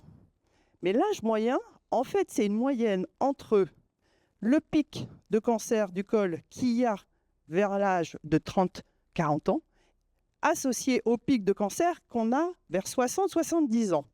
Donc 51 ans, ça ne veut rien dire, c'est juste un chiffre, mais retenez que le cancer du col, c'est le cancer des jeunes. Une jeune femme qui vous consulte avec des saignements, vous pensez tout de suite à un cancer du col et vous faites tout ce qu'il faut pour rechercher un cancer du col. Donc le frottis, donc un examen gynécologique, bien sûr. Et beaucoup de femmes n'ont plus de gynécologue en ville. Donc, elles vont voir leur médecin traitant. Parfois, elles ne veulent pas être examinées par leur médecin traitant. Vous comprenez, c'est lui qui m'a vacciné quand j'avais 10 ans. Je n'ai pas envie qu'il me fasse un examen gynéco. Et bien, dans ce cas-là, allez voir votre sage-femme en ville. Maintenant, il y a des sages-femmes partout. Et allez consulter votre sage-femme en ville. Et donc, il faut adresser ces patientes à qu'elles aient un examen gynécologique et que le col puisse être vu. Il faut qu'il y ait une personne spécialisée, un professionnel de santé qui puisse examiner la patiente. C'est indispensable. Les patientes jeunes, il faut les orienter, voilà, pour qu'elles puissent avoir un examen gynécologique. Les patientes qui sont ménopausées, ce sont elles préférentiellement. Alors, ce n'est pas du systématique, ce sont des données globales. Le cancer de l'endomètre, c'est une pathologie qui a une moyenne d'âge à 69 ans pour le diagnostic. Donc, ce n'est pas tout jeune. Ce sont des femmes qui sont déjà ménopausées depuis un certain temps. Et le cancer de l'ovaire, alors c'est un petit peu plus jeune, le cancer de l'ovaire, c'est plutôt aux alentours de 65 ans. Sachant que dans ces deux types de cancers, ovaire et endomètre, vous avez des formes génétiques qu'on n'a pas dans le cancer du col. Et dans les formes génétiques, ce sont souvent des cancers qui sont à un âge avancé. Quand on parle de cancer génétique, ce sont en fait des femmes qui naissent avec des mutations génétiques. On est tous avec des mutations génétiques, mais il y a certaines mutations qui provoquent le cancer plus rapidement. Et donc, c'est pour ça qu'elles développent un cancer un peu plus jeune que la population générale. Voilà. Retenez l'âge. L'âge, ça vous permettra de situer et de vous orienter dans vos examens et de dire, cette dame, elle est jeune, plutôt sur un cancer du col, il faut que j'oriente sur ça. Et une femme plus âgée sera plutôt sur un cancer de l'endomètre. Voilà. Le deuxième facteur, et c'est vrai que je l'ai mis un petit peu au centre de ma slide, c'est les patientes qui présentent une obésité. C'est devenu un vrai problème de santé publique. L'obésité, ça explose en France. Je le vois, moi, entre ma pratique quand je suis arrivée avec elle et aujourd'hui, donc 15 ans après, j'ai plus les mêmes patientes. Je vous assure que j'ai plus du tout les mêmes patientes. Et l'obésité provoque le cancer de l'utérus. Ça, dans les dernières données et les derniers chiffres qui sont sortis sur les dernières études, 34% des cancers de l'endomètre sont directement incriminés par l'obésité. 34%. Un tiers des cancers de l'endomètre sont incriminés dans l'obésité. Donc c'est faramineux et l'obésité est en nette augmentation. C'est pour ça que je vous ai dit aujourd'hui c'est 8500. Demain, ça sera sans doute 10 et après-demain 12. Donc, ces cancers de l'endomètre, une femme qui a 65 ans, 70 ans, qui est obèse, éventuellement diabétique, parce que le diabète rentre également dans ces facteurs de risque, il faut penser au cancer de l'endomètre. Le diagnostic du cancer de l'endomètre, il n'est pas très compliqué, parce que ça parle, le cancer de l'endomètre, souvent ça saigne, c'est des cancers qui saignent, et donc il faut écouter les femmes. Une femme de 70 ans qui vous dit qu'elle saigne, c'est pas normal, elle n'a pas ses règles. À 70 ans, elle ne les a plus. Voilà. Alors après, il y a les autres facteurs, et le docteur Jortel, le docteur Drouillet en ont parlé, donc le tabac, le papillomavirus, donc ça c'est incriminé sur le cancer du col, et puis les antécédents familiaux. Vous avez des familles dans lesquelles il y a eu déjà des cancers. Et il faut interroger les femmes. Qu'est-ce qu'il y a eu comme cancer chez la femme? Mais qu'est-ce qu'il y a eu comme cancer chez l'homme? Dans les cancers de l'endomètre, vous avez des familles où « Ah oui, mon frère, il a eu un cancer du côlon. Et puis mon père aussi, il a eu un cancer du côlon. » Mais les patientes, elles ne pensent pas qu'il y ait un rapport avec le cancer de l'endomètre. Dans les cancers de l'endomètre, vous avez le syndrome de Lynch, qui est un cancer qui est lié à une mutation génétique et qui provoque chez la femme le cancer de l'utérus, chez l'homme le cancer du côlon. Voilà. Une patiente qui vous raconte une histoire familiale où il y a eu plein de notions de cancer. Et il faut écouter, il faut noter et il faut s'orienter là-dessus. Dans les cancers de l'ovaire, vous avez également des mutations génétiques, les mutations BRCA, je pense que tout le monde en a entendu un peu parler.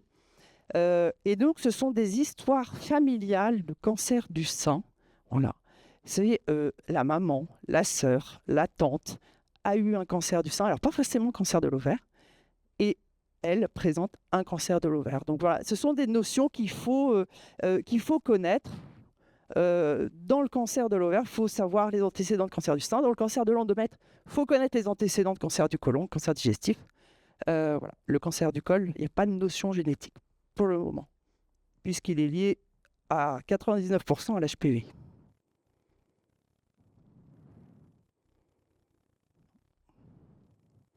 Alors, les signes d'alerte, je vais pas tout vous donner parce que sinon on va jamais s'en sortir. Il y a beaucoup de choses à dire.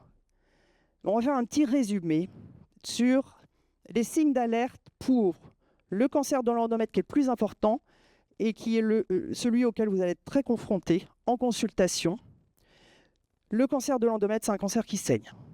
Une patiente qui se présente pour des problèmes de saignement récidivant, il faut pousser les investigations. Qu'elle soit ménopausée ou pas d'ailleurs, hein. Il faut vraiment pousser les choses. Le cancer de l'endomètre, il s'exprime uniquement par les saignements. Ce n'est pas un cancer douloureux. L'utérus, c'est une matrice qui a une capacité d'expansion infinie jusqu'à contenir un enfant de 4 kg. Donc, ça ne parle pas, ça ne fait pas mal. Ça ne fait pas mal. Le cancer de l'endomètre, ce sont des femmes qui ont des saignements récidivants. Alors, vous me direz, c'est un motif de consultation extrêmement fréquent en gynécologie. Et c'est pour ça qu'il faut connaître le contexte, qu'il faut connaître les antécédents familiaux. Voilà. Il faut interroger les femmes et des saignements qui persistent chez une patiente, il faut rapidement pousser à l'échographie. L'échographie, c'est simple, c'est un examen qui est indolore, qui est facile d'accès en ville et qui vous permet de diagnostiquer relativement bien les cancers de l'endomètre. Pourquoi ? Parce que quand on passe une échographie par voie vaginale pour bien voir, l'échographie par voie vaginale, elle vous permet de voir tout de suite l'endomètre s'il est épais ou pas. Un endomètre épais, il faut pousser les investigations. C'est un examen qui est assez facile. Il y a même parfois des gynécologues en ville qui le font directement dans leur cabinet. Mais si vous n'avez pas d'échographe ou vous n'en faites pas, vous l'envoyez, vous dites, bah voilà, je vous fais une ordonnance d'échographie, vous faites ça cette semaine, c'est facile. C'est un examen qui est facile à faire. Métrorragie, on l'envoie faire une écho. Voilà. Et après, on en discute et on voit avec les résultats de l'échographie. Voilà. Pour le cancer du col de l'utérus, alors c'est un peu le même symptôme. Le cancer du col de l'utérus, c'est des saignements, sauf que ce n'est pas la même patiente. Ce n'est pas une patiente qui est obèse, c'est une patiente qui est plutôt jeune. Hein. C'est une patiente qui est très souvent pas ménopausée et qui a des saignements qui arrivent systématiquement après les rapports. Une femme qui saigne systématiquement après des rapports, il faut tout de suite penser au cancer du col de l'utérus. Les rapports entraînent des saignements par contact direct au niveau du col de l'utérus. Et donc, il faut penser des saignements post-coïtaux. Il faut tout de suite penser au cancer du col de l'utérus. Alors après, vous avez des symptômes un petit peu plus variables. Sur les formes avancées, ce sont des patientes qui peuvent être douloureuses. Les cancers du col, ça peut faire mal. Donc, ce sont des patientes qui disent, docteur, j'ai des douleurs dans le bas du dos, ça descend dans les fesses, parfois dans les jambes. Hein. Pourquoi ? Parce que le col, il est situé à côté de nerfs qui descendent dans les jambes et du coup, elles ont des douleurs projetées au niveau des membres inférieurs. Voilà. Mais c'est facile, c'est aussi une histoire de saignement quand même. Les patientes, elles ont des pertes anormales avec des saignements. Voilà. Alors, le cancer du col, ça se voit. Hein. On examine, ça se voit. Et si en ville, vous êtes face à une dame qui a un problème de saignement, vous regardez le col, vous dites, bon, franchement, moi, je vois rien. Restez pas là. Il y a des cancers qu'on ne voit pas à l'œil nu. Pourquoi ? Parce qu'au niveau de la majorité des cancers se développent sur l'orifice du col de l'utérus, mais il y en a une certaine partie qui se développe juste au-dessus de l'orifice. Et ceux-là, on ne les voit pas. On ne les voit pas à l'œil nu.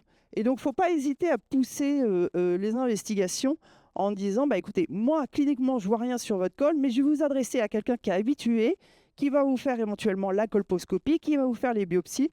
On va pousser un petit peu les investigations parce qu'il y a certains cancers qu'on ne peut pas voir à l'œil nu. Voilà. Et surtout pour les cancers de petite taille, ça peut arriver. Voilà, où on diagnostique uniquement sur la biopsie. Si elle n'a pas de biopsie, on ne sait pas que c'est un cancer. Voilà. Le col, c'est pas toujours facile. Hein. On a des femmes parfois qui ont des cols avec des ectropions, des cols de postpartum. Enfin, faut avoir une certaine habitude pour voir le cancer sur le col. Hein. C'est pas toujours si simple que ça. Hein. Voilà. Et alors pour le cancer de l'ovaire, alors je vous dis, le cancer de l'ovaire, c'est une pathologie qui est un peu particulière.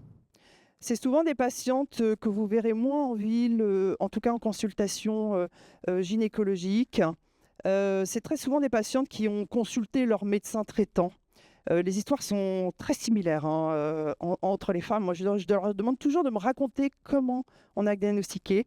Et elles ont des histoires qui sont assez similaires. Ces patientes qui ont consulté leur médecin à plusieurs reprises pour des douleurs abdominales. Douleurs abdominales, forcément, c'est un symptôme qui paraît peu spécifique. Sauf que les douleurs abdominales qui sont associées à une sensation de gonflement abdominal, c'est assez spécifique du cancer de l'ovaire. Ce sont des patientes qui ont très souvent consulté à maintes reprises et puis rien n'est fait. On a partout, on a donné un laxatif, on a éventuellement fait une coloscopie. J'ai beaucoup de femmes qui arrivent en consultation avec leur coloscopie. Voilà. Parce qu'on s'est orienté sur une pathologie digestive. Et c'est toute la perversité de ce cancer-là, c'est qu'il a des symptômes digestifs. Le cancer de l'ovaire, ballonnement, douleur abdominale sur l'ensemble de l'abdomen. Et il y a un troisième signe, qui est un signe assez spécifique du cancer de l'ovaire, c'est la satiété rapide. Les patientes, elles déjeunent et elles disent « Docteur, moi, j'arrive plus à finir mon assiette ». Elles ont une sensation de satiété très rapide. L'estomac a tendance à se contracter quand il est irrité par le péritoine, qui a été irrité par le cancer, puisque c'est un cancer abdominal qui est au contact du péritoine. Et les patientes qui ont du mal à manger, souvent, il y a une perte de poids. Avant qu'il y ait l'acide, il y a une perte de poids. J'ai perdu un peu, oui, j'ai perdu un peu. Puis après, j'ai mon ventre qui a gonflé. Bah voilà. Et en fait, moi, quand je leur fais raconter ça, je dis, en fait, c'est toujours les mêmes symptômes. Ce qui est dommage, c'est que personne n'y pense. Personne n'y pense. Et ce cancer-là, moi, j'ai l'habitude de dire avec mes collègues chirurgiens, nous, c'est le seul cancer urgent qu'on ait à traiter, c'est le cancer de l'ovaire. C'est une maladie qui peut être explosive. Plus on la prend tôt, mieux c'est. Comme tous les cancers, mais celle-là encore plus. Cette pathologie encore plus que les autres. Voilà ce qu'il faut retenir. Donc, le col, c'est une jeune femme qui saigne après les rapports. L'endomètre, c'est une femme plutôt d'âge mûr qui saigne également, qui a des saignements récidivants. Alors, dans le cancer de l'endomètre, ce n'est pas forcément en quantité, ça peut être des micro-saignements. Parfois, elle vous dit « J'ai eu juste une petite tache, j'étais un peu surprise parce que ça fait 10 ans, docteur, que je suis ménopausée, mais ce sont parfois des tout petits saignements. » Voilà. À 70 ans, on ne doit pas avoir une goutte de sang dans les protections. Voilà. Et le cancer de l'ovaire, donc symptômes digestifs, douleur abdominale, sensation de gonflement. Les patientes, elles disent j'ai été obligée de déboutonner et de desserrer ma ceinture. Et satiété rapide. Voilà, ce sont les symptômes à retenir pour vous. Après, il y en a plein d'autres, mais ce sont ceux sur lesquels il faut que vous ayez une alerte. Voilà.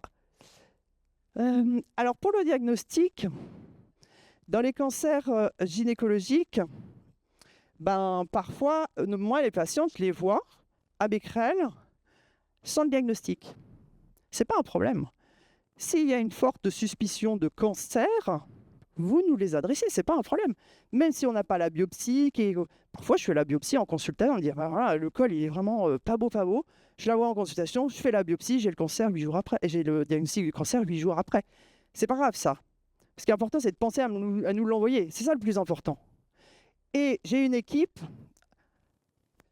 spécialisée où on a des très bonnes relations avec les cancérologues, avec les radiothérapeutes. Voilà, c'est Dr House version normande, où on travaille vraiment, mais c'est important, on travaille vraiment conjointement au quotidien.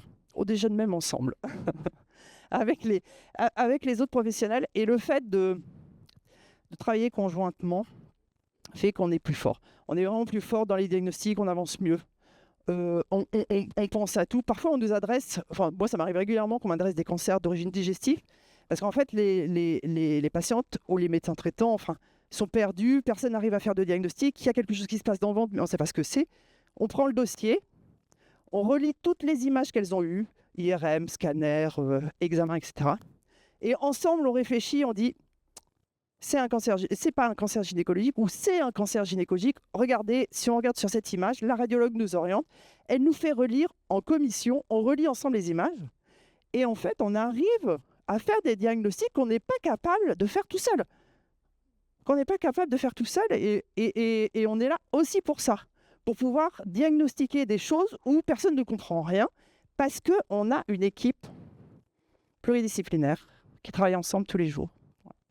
Alors pour les cancers gynécologiques de manière générale, ayez recours à l'échographie, c'est simple comme examen, c'est indolore, c'est facile et c'est rapide d'accès. Voilà. C'est un premier examen, alors l'échographie, ça ne voit pas tout, loin de là. Par contre, ça peut nous orienter assez rapidement. Une patiente à qui on fait une échographie qui a des ovaires qui ont doublé de volume, rapidement, vous allez appeler le radiologue, vous dites, ou le radiologue lui-même va le faire, et il va prendre un rendez-vous d'IRM directement. Une patiente qui a de l'acide, elle ira au scanner dans la foulée. Et je le vois, hein. La patiente, elle arrive, elle fait, moi j'ai fait l'échographie, et puis il m'a emmené, il m'a dit, on fait un scanner tout de suite. Ah oui, bah oui, mais c'était bien, c'est très bien, c'est ce qu'il fallait faire. L'échographie, c'est un petit examen, mais qui peut aider quand même beaucoup. Et à l'échographie, on voit bien l'endomètre, le cancer le plus fréquent en niveau gynéco. On voit bien l'endomètre. Et l'endomètre, on voit tout de suite s'il est épaissi ou pas. Voilà. Et donc, s'il est épaissi, il faut pousser les investigations. Les autres examens, et en gynécologie, c'est essentiellement l'IRM. Alors, l'IRM, elle fait peur. C'est pour ça que j'ai mis un donut. Parce que les patientes, elles ont la trouille de l'IRM. C'est une espèce de tube qui est fermé, qui fait du bruit. C'est pas très agréable. Ça fait pas mal. Le seul truc, c'est horrible. On est là-dedans, enfermé, et puis ça fait un bruit d'enfer. Maintenant, ils mettent un peu de musique. Mais enfin, c'est pas... Parfois, on entend plus la machine que la musique. Voilà. L'IRM, elle est très difficile d'accès. Par contre, pour nous, gynéco, c'est formidable comme examen parce qu'on voit l'intérieur des organes. On voit le détail, on voit la tumeur, on voit la taille de la tumeur, on voit jusqu'où ça va, on voit si ça va sur les autres organes. L'IRM, c'est pour nous, en tant que spécialiste, c'est notre examen de référence. Quand on est perdu, on passe la patiente à l'IRM. Voilà. Et donc, ça, c'est vraiment un examen. Par contre, il est extrêmement difficile d'accès, surtout en ville. Vous n'aurez pas des IRM comme ça. C'est un examen qui est difficile. Il faut des radiologues qui soient expérimentés. Et pour chaque organe, il y a des séquences en fonction du temps d'injection, de l'acquisition des images. Il y a des séquences particulières. Parfois, moi, j'ai des patients qui ont fait l'IRM en ville avec un radiologue qui était spécialisé au niveau gynéco, qui faisait de l'ortho. Donc là, il y avait ce créneau-là, donc on lui a proposé. Et puis du coup, on est obligé de refaire l'IRM, nous, parce que les séquences ne sont pas bonnes. Elles n'ont pas été faites au bon temps. Voilà. L'IRM, j'ai envie de dire, c'est plutôt un examen qui est réservé aux médecins spécialisés, comme dans des centres comme nous, avec des radiologues spécialisés. Si vous pouvez en avoir, c'est bien, ça oriente toujours les choses et ça peut faire gagner un petit peu de temps après pour le chirurgien. Mais ce n'est pas indispensable. Vous n'êtes pas obligé d'avoir l'IRM pour nous les envoyer. Et moi, les cancers du col, les cancers de l'endomètre, j'aime bien faire l'IRM avec mes propres radiologues. Alors, je suis vachement chauvin, mais pourquoi ? Parce qu'elles font exactement ce que je leur demande. Je sais ce qu'elles veulent, et voilà.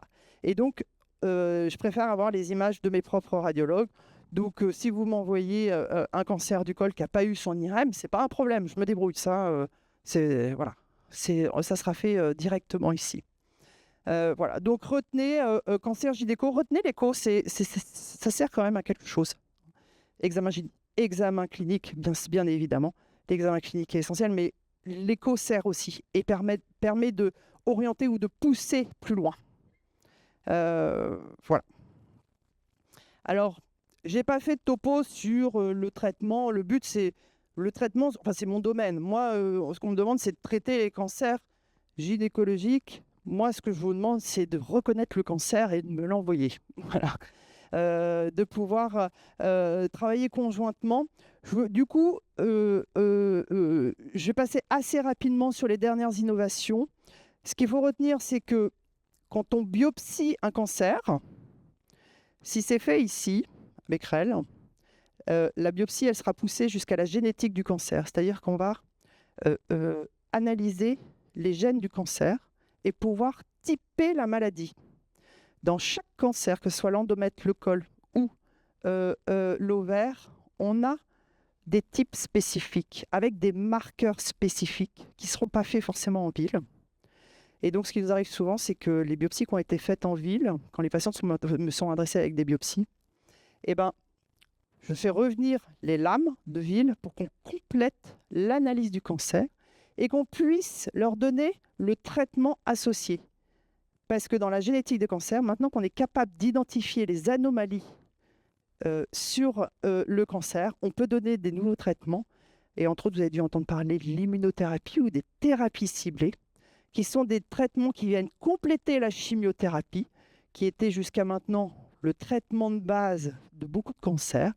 Et bien maintenant, on arrive à des traitements d'immunothérapie qui sont des traitements qui sont spécifiques sur la cellule cancéreuse. Donc, le traitement qu'on vous donne, il va agir directement sur la cellule cancéreuse, d'accord ? Alors que les traitements de chimiothérapie qu'on faisait jusqu'à maintenant, ça agit bien évidemment sur la cellule cancéreuse, malheureusement, ça agit sur plein d'autres cellules du corps, d'où les effets secondaires qu'on peut avoir liés au traitement de chimiothérapie. Et les traitements d'immunothérapie ou de thérapie ciblée, ce sont des traitements qui sont bien mieux tolérés puisque ça n'agit que sur le cancer, ou quasiment que sur le cancer. Et donc que les patientes puissent bénéficier de ces nouvelles thérapies, là, en 10 ans, ça a complètement explosé et ça a changé le pronostic de certaines maladies. Il faut que les patientes puissent bénéficier de ces traitements-là. Et c'est pour ça qu'il faut qu'elles soient prises en charge dans des centres spécialisés.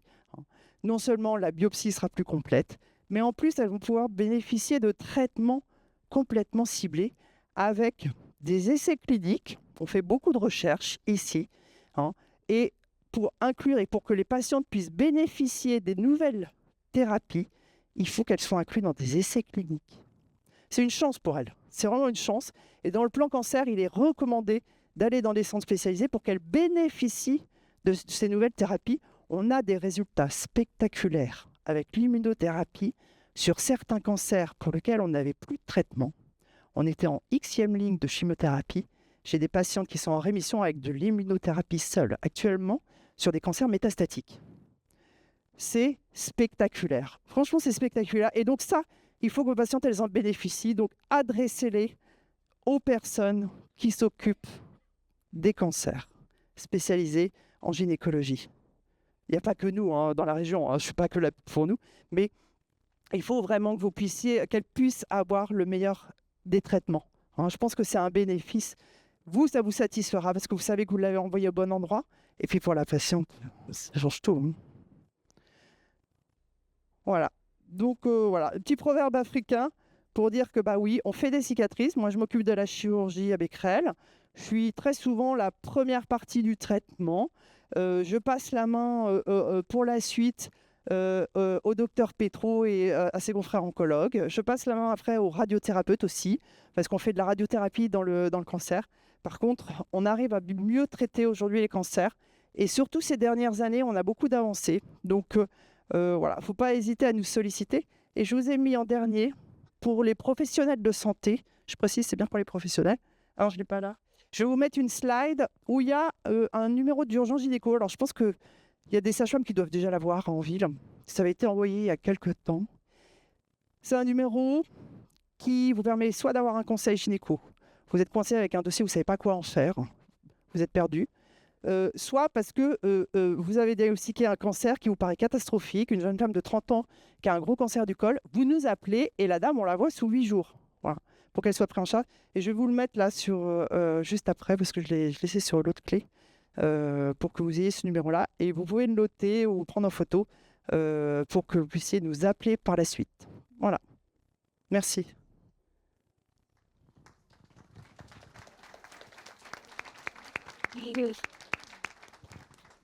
Merci Alban. Est-ce qu'il y a des questions dans la salle? T'as tout dit? Ah non, il y a une question. On terminer sur une note positive quand même, parce que je vous avoue que pendant 1 heure, voilà, c'était stressant quand même. C'est important peut-être de nous dire les taux de succès au niveau des thérapies. Oui, il faut terminer là-dessus parce que sinon, déjà, vous avez commencé, docteur. C'est vrai qu'on n'a pas parlé. Au contraire, si je vous ai dit, voilà, les nouvelles thérapies et tout ça, c'est vraiment spectaculaire l'avancée qu'on a depuis moins de 10 ans sur l'immunothérapie. Moi, j'ai beaucoup d'espoir. Peut-être que je serai au chômage dans quelques années, mais ce sera une bonne nouvelle s'ils ont plus besoin de moi. Mais il y a vraiment des avancées qui sont incroyables. Et vous avez dû entendre parler dans d'autres cancers aussi, hein, pareil pour le mélanome, cancer du poumon, etc. Donc moi, je vous invite à prendre contact avec nous quand vous voulez pour nous adresser à les patients, qu'on puisse les inclure dans les essais thérapeutiques et qu'elles bénéficient des meilleures thérapies actuelles, quoi, hein, très clairement. Hein.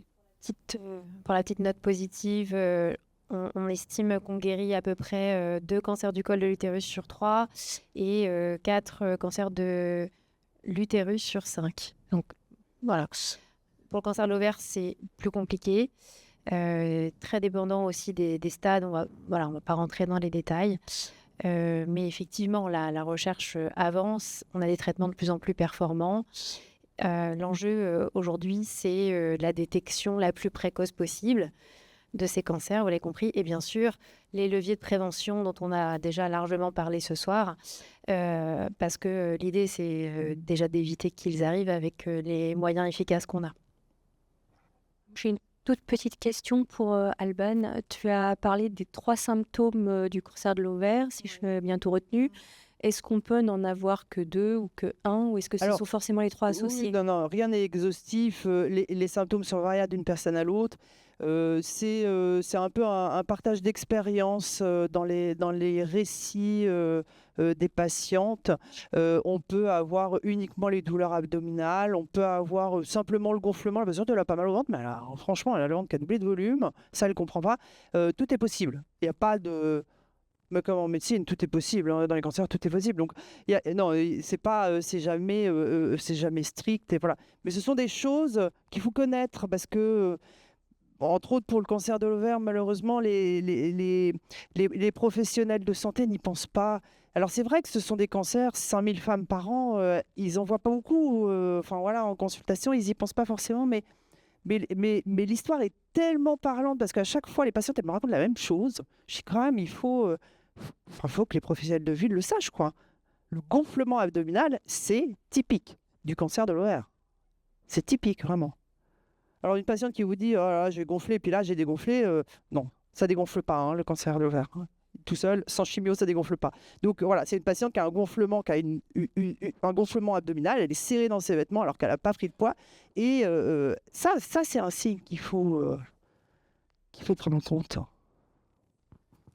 Donc, ce que je voulais partager un peu, c'est aussi une information que j'ai reçue ce matin sur l'hérédité. En fait, et la prévention qu'on peut avoir avec la recherche génétique au niveau de l'hérédité, quand on a des parents qui ont eu certains cancers, comme des cancers de l'ovaire, de pouvoir faire cette recherche génétique pour voir s'il y a aussi dans la famille ou dans les enfants de l'avoir. Et il y a ces possibilités de prévention comme tout ce qui est au niveau mammaire pour la prévention du sein et aussi au-delà de 45 ans de faire tout ce qui est la chirurgie préventive au niveau de l'appareil génital, ce que je ne connaissais pas et que j'ai eu à bénéficier grâce à Dr Petro, je vais le dire, qui nous a conseillé de le faire et c'est quelque chose que j'ai appris et vouloir avoir des enfants aussi, c'est quelque chose à considérer, à avoir. Si je suis porteuse de cette mutation génétique et de voir que dans le futur aussi, si mes enfants, parce que c'est à 50% de chance si je suis porteuse de aussi pouvoir donner ça à mes enfants. Et c'est une prévention à prendre en compte et qui donne encore beaucoup plus de chance à nous d'éviter avec la chance de ne pas avoir ces cancers-là. Merci. Moi, j'avais une question aussi qui est une fausse question, mais j'ai oublié de dire un truc dans mon topo. Si en consultation, on a des saignements post-coïtaux et un col moche, est-ce qu'on fait un frottis? Ah, super question. Est-ce qu'il y a une sage-femme qui veut répondre? Bon, dès gynécologique, on ne devait pas faire de frottis. Mais on passe pour des idiotes quand on a passé quelqu'un, parce qu'on s'est dit, tiens, c'est un ectropion, ça saigne, et puis plus on nettoie, plus ça saigne. On se dit, bon, bah, mince, c'est peut-être pas un ectropion. Bah, c'est pas reconnaître un ectropion, votre sage-femme. Et c'est des remarques qui se parfois, on se dit, bah, je vais demander un deuxième avis, peut-être que la sage-femme a raison, ce n'est pas un ectropion. Alors, très sincèrement, il y a des frottis qui ne dépistent pas les cancers. Ouais. Le frottis, c'est on gratte la surface, d'accord? On gratte la surface et on l'étale sur une lame. Si le frottis est mal fait ou qu'il y a trop de glaire cervicale, parce qu'il y a quand même, c'est une zone où il y a de la glaire cervicale, vous avez 0 cellule. Vous n'avez rien dedans. Frottis non interprétable, frottis négatif. En fait, le seul moyen de diagnostiquer un cancer, ça reste la biopsie. Très clairement, ça reste la biopsie. Une biopsie, c'est hyper bien toléré. Ça vous enlève un doute, mais qui est indispensable. De refaire partir la dame en disant votre col, il est moche, mais bon, je vais rien faire. Non, non. On ne fait pas de frottis parce qu'on m'a dit de ne pas le faire. Non, en fait, faites une biopsie ou envoyez à quelqu'un qui sait faire une biopsie. C'est pas un examen qui est méchant. Franchement, Dr Douillet et Dr Jantal, elles font ça. Ils font ça en 2 minutes. Les patientes, elles sentent rien. Elles sortent toutes contentes. Au moins, j'aurai la certitude. Bah oui, et puis nous aussi, on aura la certitude. Donc, non, c'est vrai. La cytologie, c'est bien dans les examens de dépistage, mais ça fait pas tout. Et on en a vu. On en a vu. Je vous assure, mon frottis, il était normal il y a 2 mois. Oui, je vous assure que votre cancer, il était là il y a 2 mois déjà. Et en fait, non, c'est pas du 100%. Ça vous paraît suspect, un col qui est moche, soit vous nous appelez et on l'envoie, nous, en consultation, soit vous la biopsiez. En tant que sage-femme, on ne peut pas biopsier, il faut adresser à quelqu'un. Et dans ce cas-là, vous nous appelez. Vous avez la possibilité de faire... Est-ce que vous avez la possibilité de faire des photos ou des images des cols que vous voyez? J'ai fait avec les appareils. Avec le téléphone. Ouais, c'est pas pratique. Ouais, parce qu'il faut cliquer avec les dents, donc ça c'est un peu compliqué, mais... Ou sur la vulve. Moi, je leur demande l'autorisation parce que parfois on c'est quelque chose qu'on peut faire. Vous nous envoyez une image via Omidoc ou voilà, nous on fait un peu comme ça parce que sur les dermatos, enfin sur les lichens chez les femmes âgées, on a parfois du mal à avoir des avis sur des tâches un peu bizarres. Et moi, j'avais une petite question par rapport à la prévention parce que on a une population féminine chez qui de plus en plus la pilule a mauvaise presse. Et moi, j'avais notion que c'était quand même un facteur protecteur des cancers de l'endomètre et de l'ovaire. Je ne sais pas si c'est toujours vrai. Alors, la pilule, c'est un peu à toutes les sauces. Ça augmente les cancers du sein, ça diminue les cancers de l'ovaire. L'idée, c'était de se dire, entre autres pour l'ovaire, si on met au repos la filière génitale, il y aura moins de risques de développer des cellules anormales. En gros, c'est ça. La pilule, ça met au repos tout, l'ovaire et l'endomètre. Donc, moins de réplication avec moins de risques de mitose anormale et d'aberrations qui apparaissent au moment des mitoses, etc. Oui. Après, je pense qu'aujourd'hui, ce n'est pas vraiment le problème. On a essayé de trouver les principaux facteurs. Alors, il y a plein de cancers, on ne sait pas pourquoi. Aujourd'hui, on n'a pas la réponse. Mais je ne crois pas qu'il faille angoisser les patientes avec... au contraire, plutôt rassurer les patientes par rapport à la pilule. Mais ce n'est pas parce qu'elle a un antécédent familial de cancer de l'ovaire ou de l'endomètre qu'il faut la mettre sous pilule. Non. D'accord. Oui, ce ne sont pas des facteurs qui sont suffisamment protecteurs, ce sont des tout petits facteurs, ces choses-là. Ce n'est pas suffisant. La deuxième chose, c'est que j'ai des patientes maintenant qui se font ligaturer les trompes et qui se font carrément enlever la trompe. Oui. Parce que ça diminuerait quand même franchement le risque de cancer de l'ovaire. Ça, c'est vrai. Oui, ça, c'est tout à fait vrai. Alors, c'est uniquement parce qu'à la base, on posait les échures. Donc, les petits ressorts qu'on mettait... Voilà, ça a disparu, ça fait un scandale. Bon, bref, scandale sanitaire, ce truc a disparu. Et donc, l'autre méthode, c'est de couper les trompes. Sauf qu'on s'est dit, 2 choses. La première, c'est que le fait d'enlever la trompe complètement, ça nous permet d'avoir une anapathe et d'avoir une preuve histologique que la trompe a bien été coupée. C'est juridique. Donc, on a tendance à prendre la trompe en entier. La deuxième chose, c'est qu'on ne sait pas très bien si le cancer de l'ovaire, il se développe sur l'ovaire, sur l'extrémité de la trompe ou à la jonction des deux. Et donc, on fait aujourd'hui des études pour savoir si en enlevant juste les trompes, ça suffit à protéger contre le cancer de l'ovaire. Là, il y a un protocole de recherche là-dessus. Donc, maintenant, quand vous envoyez un chir, si elle veut une stérilisation, ça sera l'ablation des trompes, tout à fait. Ça sera l'ablation des trompes. Ça diminue probablement le risque de cancer, en tout cas le cancer de la trompe, peut-être le cancer de l'ovaire.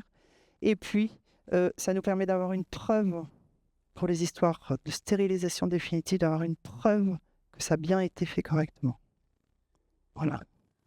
On va prendre 2 dernières questions. Oui. Bonjour. Ma question, c'était, je pense qu'on a déjà parlé tout à l'heure. Pour les stérilés, Est-ce que ça diminue aussi les risques des cancers de l'endomètre? Et aussi parce que des fois, il y a des saignements. Quand on a le stérilet, il y a des cas de saignements. Donc, savoir quel est votre avis. Alors, il y a 2 types de stérilés, juste pour... voilà, il y a le stérilet au cuivre et le stérilet aux hormones. Rien à voir entre l'un et l'autre. Le stérilet aux hormones, ce qu'on disait tout à l'heure, est-ce que les hormones protègent un peu du cancer de l'endomètre? Peut-être un petit peu, un petit facteur. Voilà. Le stérilet aux hormones, souvent, il n'y a pas de règle, en fait. Il n'y a pas de cycle, il n'y a pas de saignement. Le stérilet au cuivre, il y a des saignements qui parfois sont très, très abondants. Voilà. Une femme qui a des saignements sous stérilet au cuivre, c'est un peu compliqué, c'est très fréquent. Mais ça n'empêche pas d'aller faire en fin de cycle, donc je dis bien en fin de cycle pour bien voir l'intérieur, en fin de cycle, de faire une échographie. Si vous avez le moindre doute, une femme qui a tout le temps des saignements sous stérilet, envoyez-la faire une échographie en fin de cycle. Elle saura situer si c'est vraiment un cycle ou pas. Et en fin de cycle, il faut qu'elle fasse son échographie. Le rendez-vous, en 48 heures, vous pouvez avoir un rendez-vous normalement. Enfin, voilà, si vous le notez bien sur l'ordonnance. Et si les règles sont parties, le cancer, il ne part pas avec. Il y aura toujours une zone épaissie et en fin de cycle, ça va apparaître. Donc, faut pas hésiter à faire une échographie toute simple chez des patientes qui ont des saignements persistants sur stérilet. Oui. Voilà. Bonjour. Moi, je suis sage-femme. J'avais une question par rapport au cancer de l'ovaire. Par rapport au dépistage échographique, j'avais notion que c'était pas si évident que ça. Alors non, c'est pas évident du tout. Parce que... Sauf que l'ovaire, quand il commence à grossir, en général, on arrive à le voir par voie endovaginale.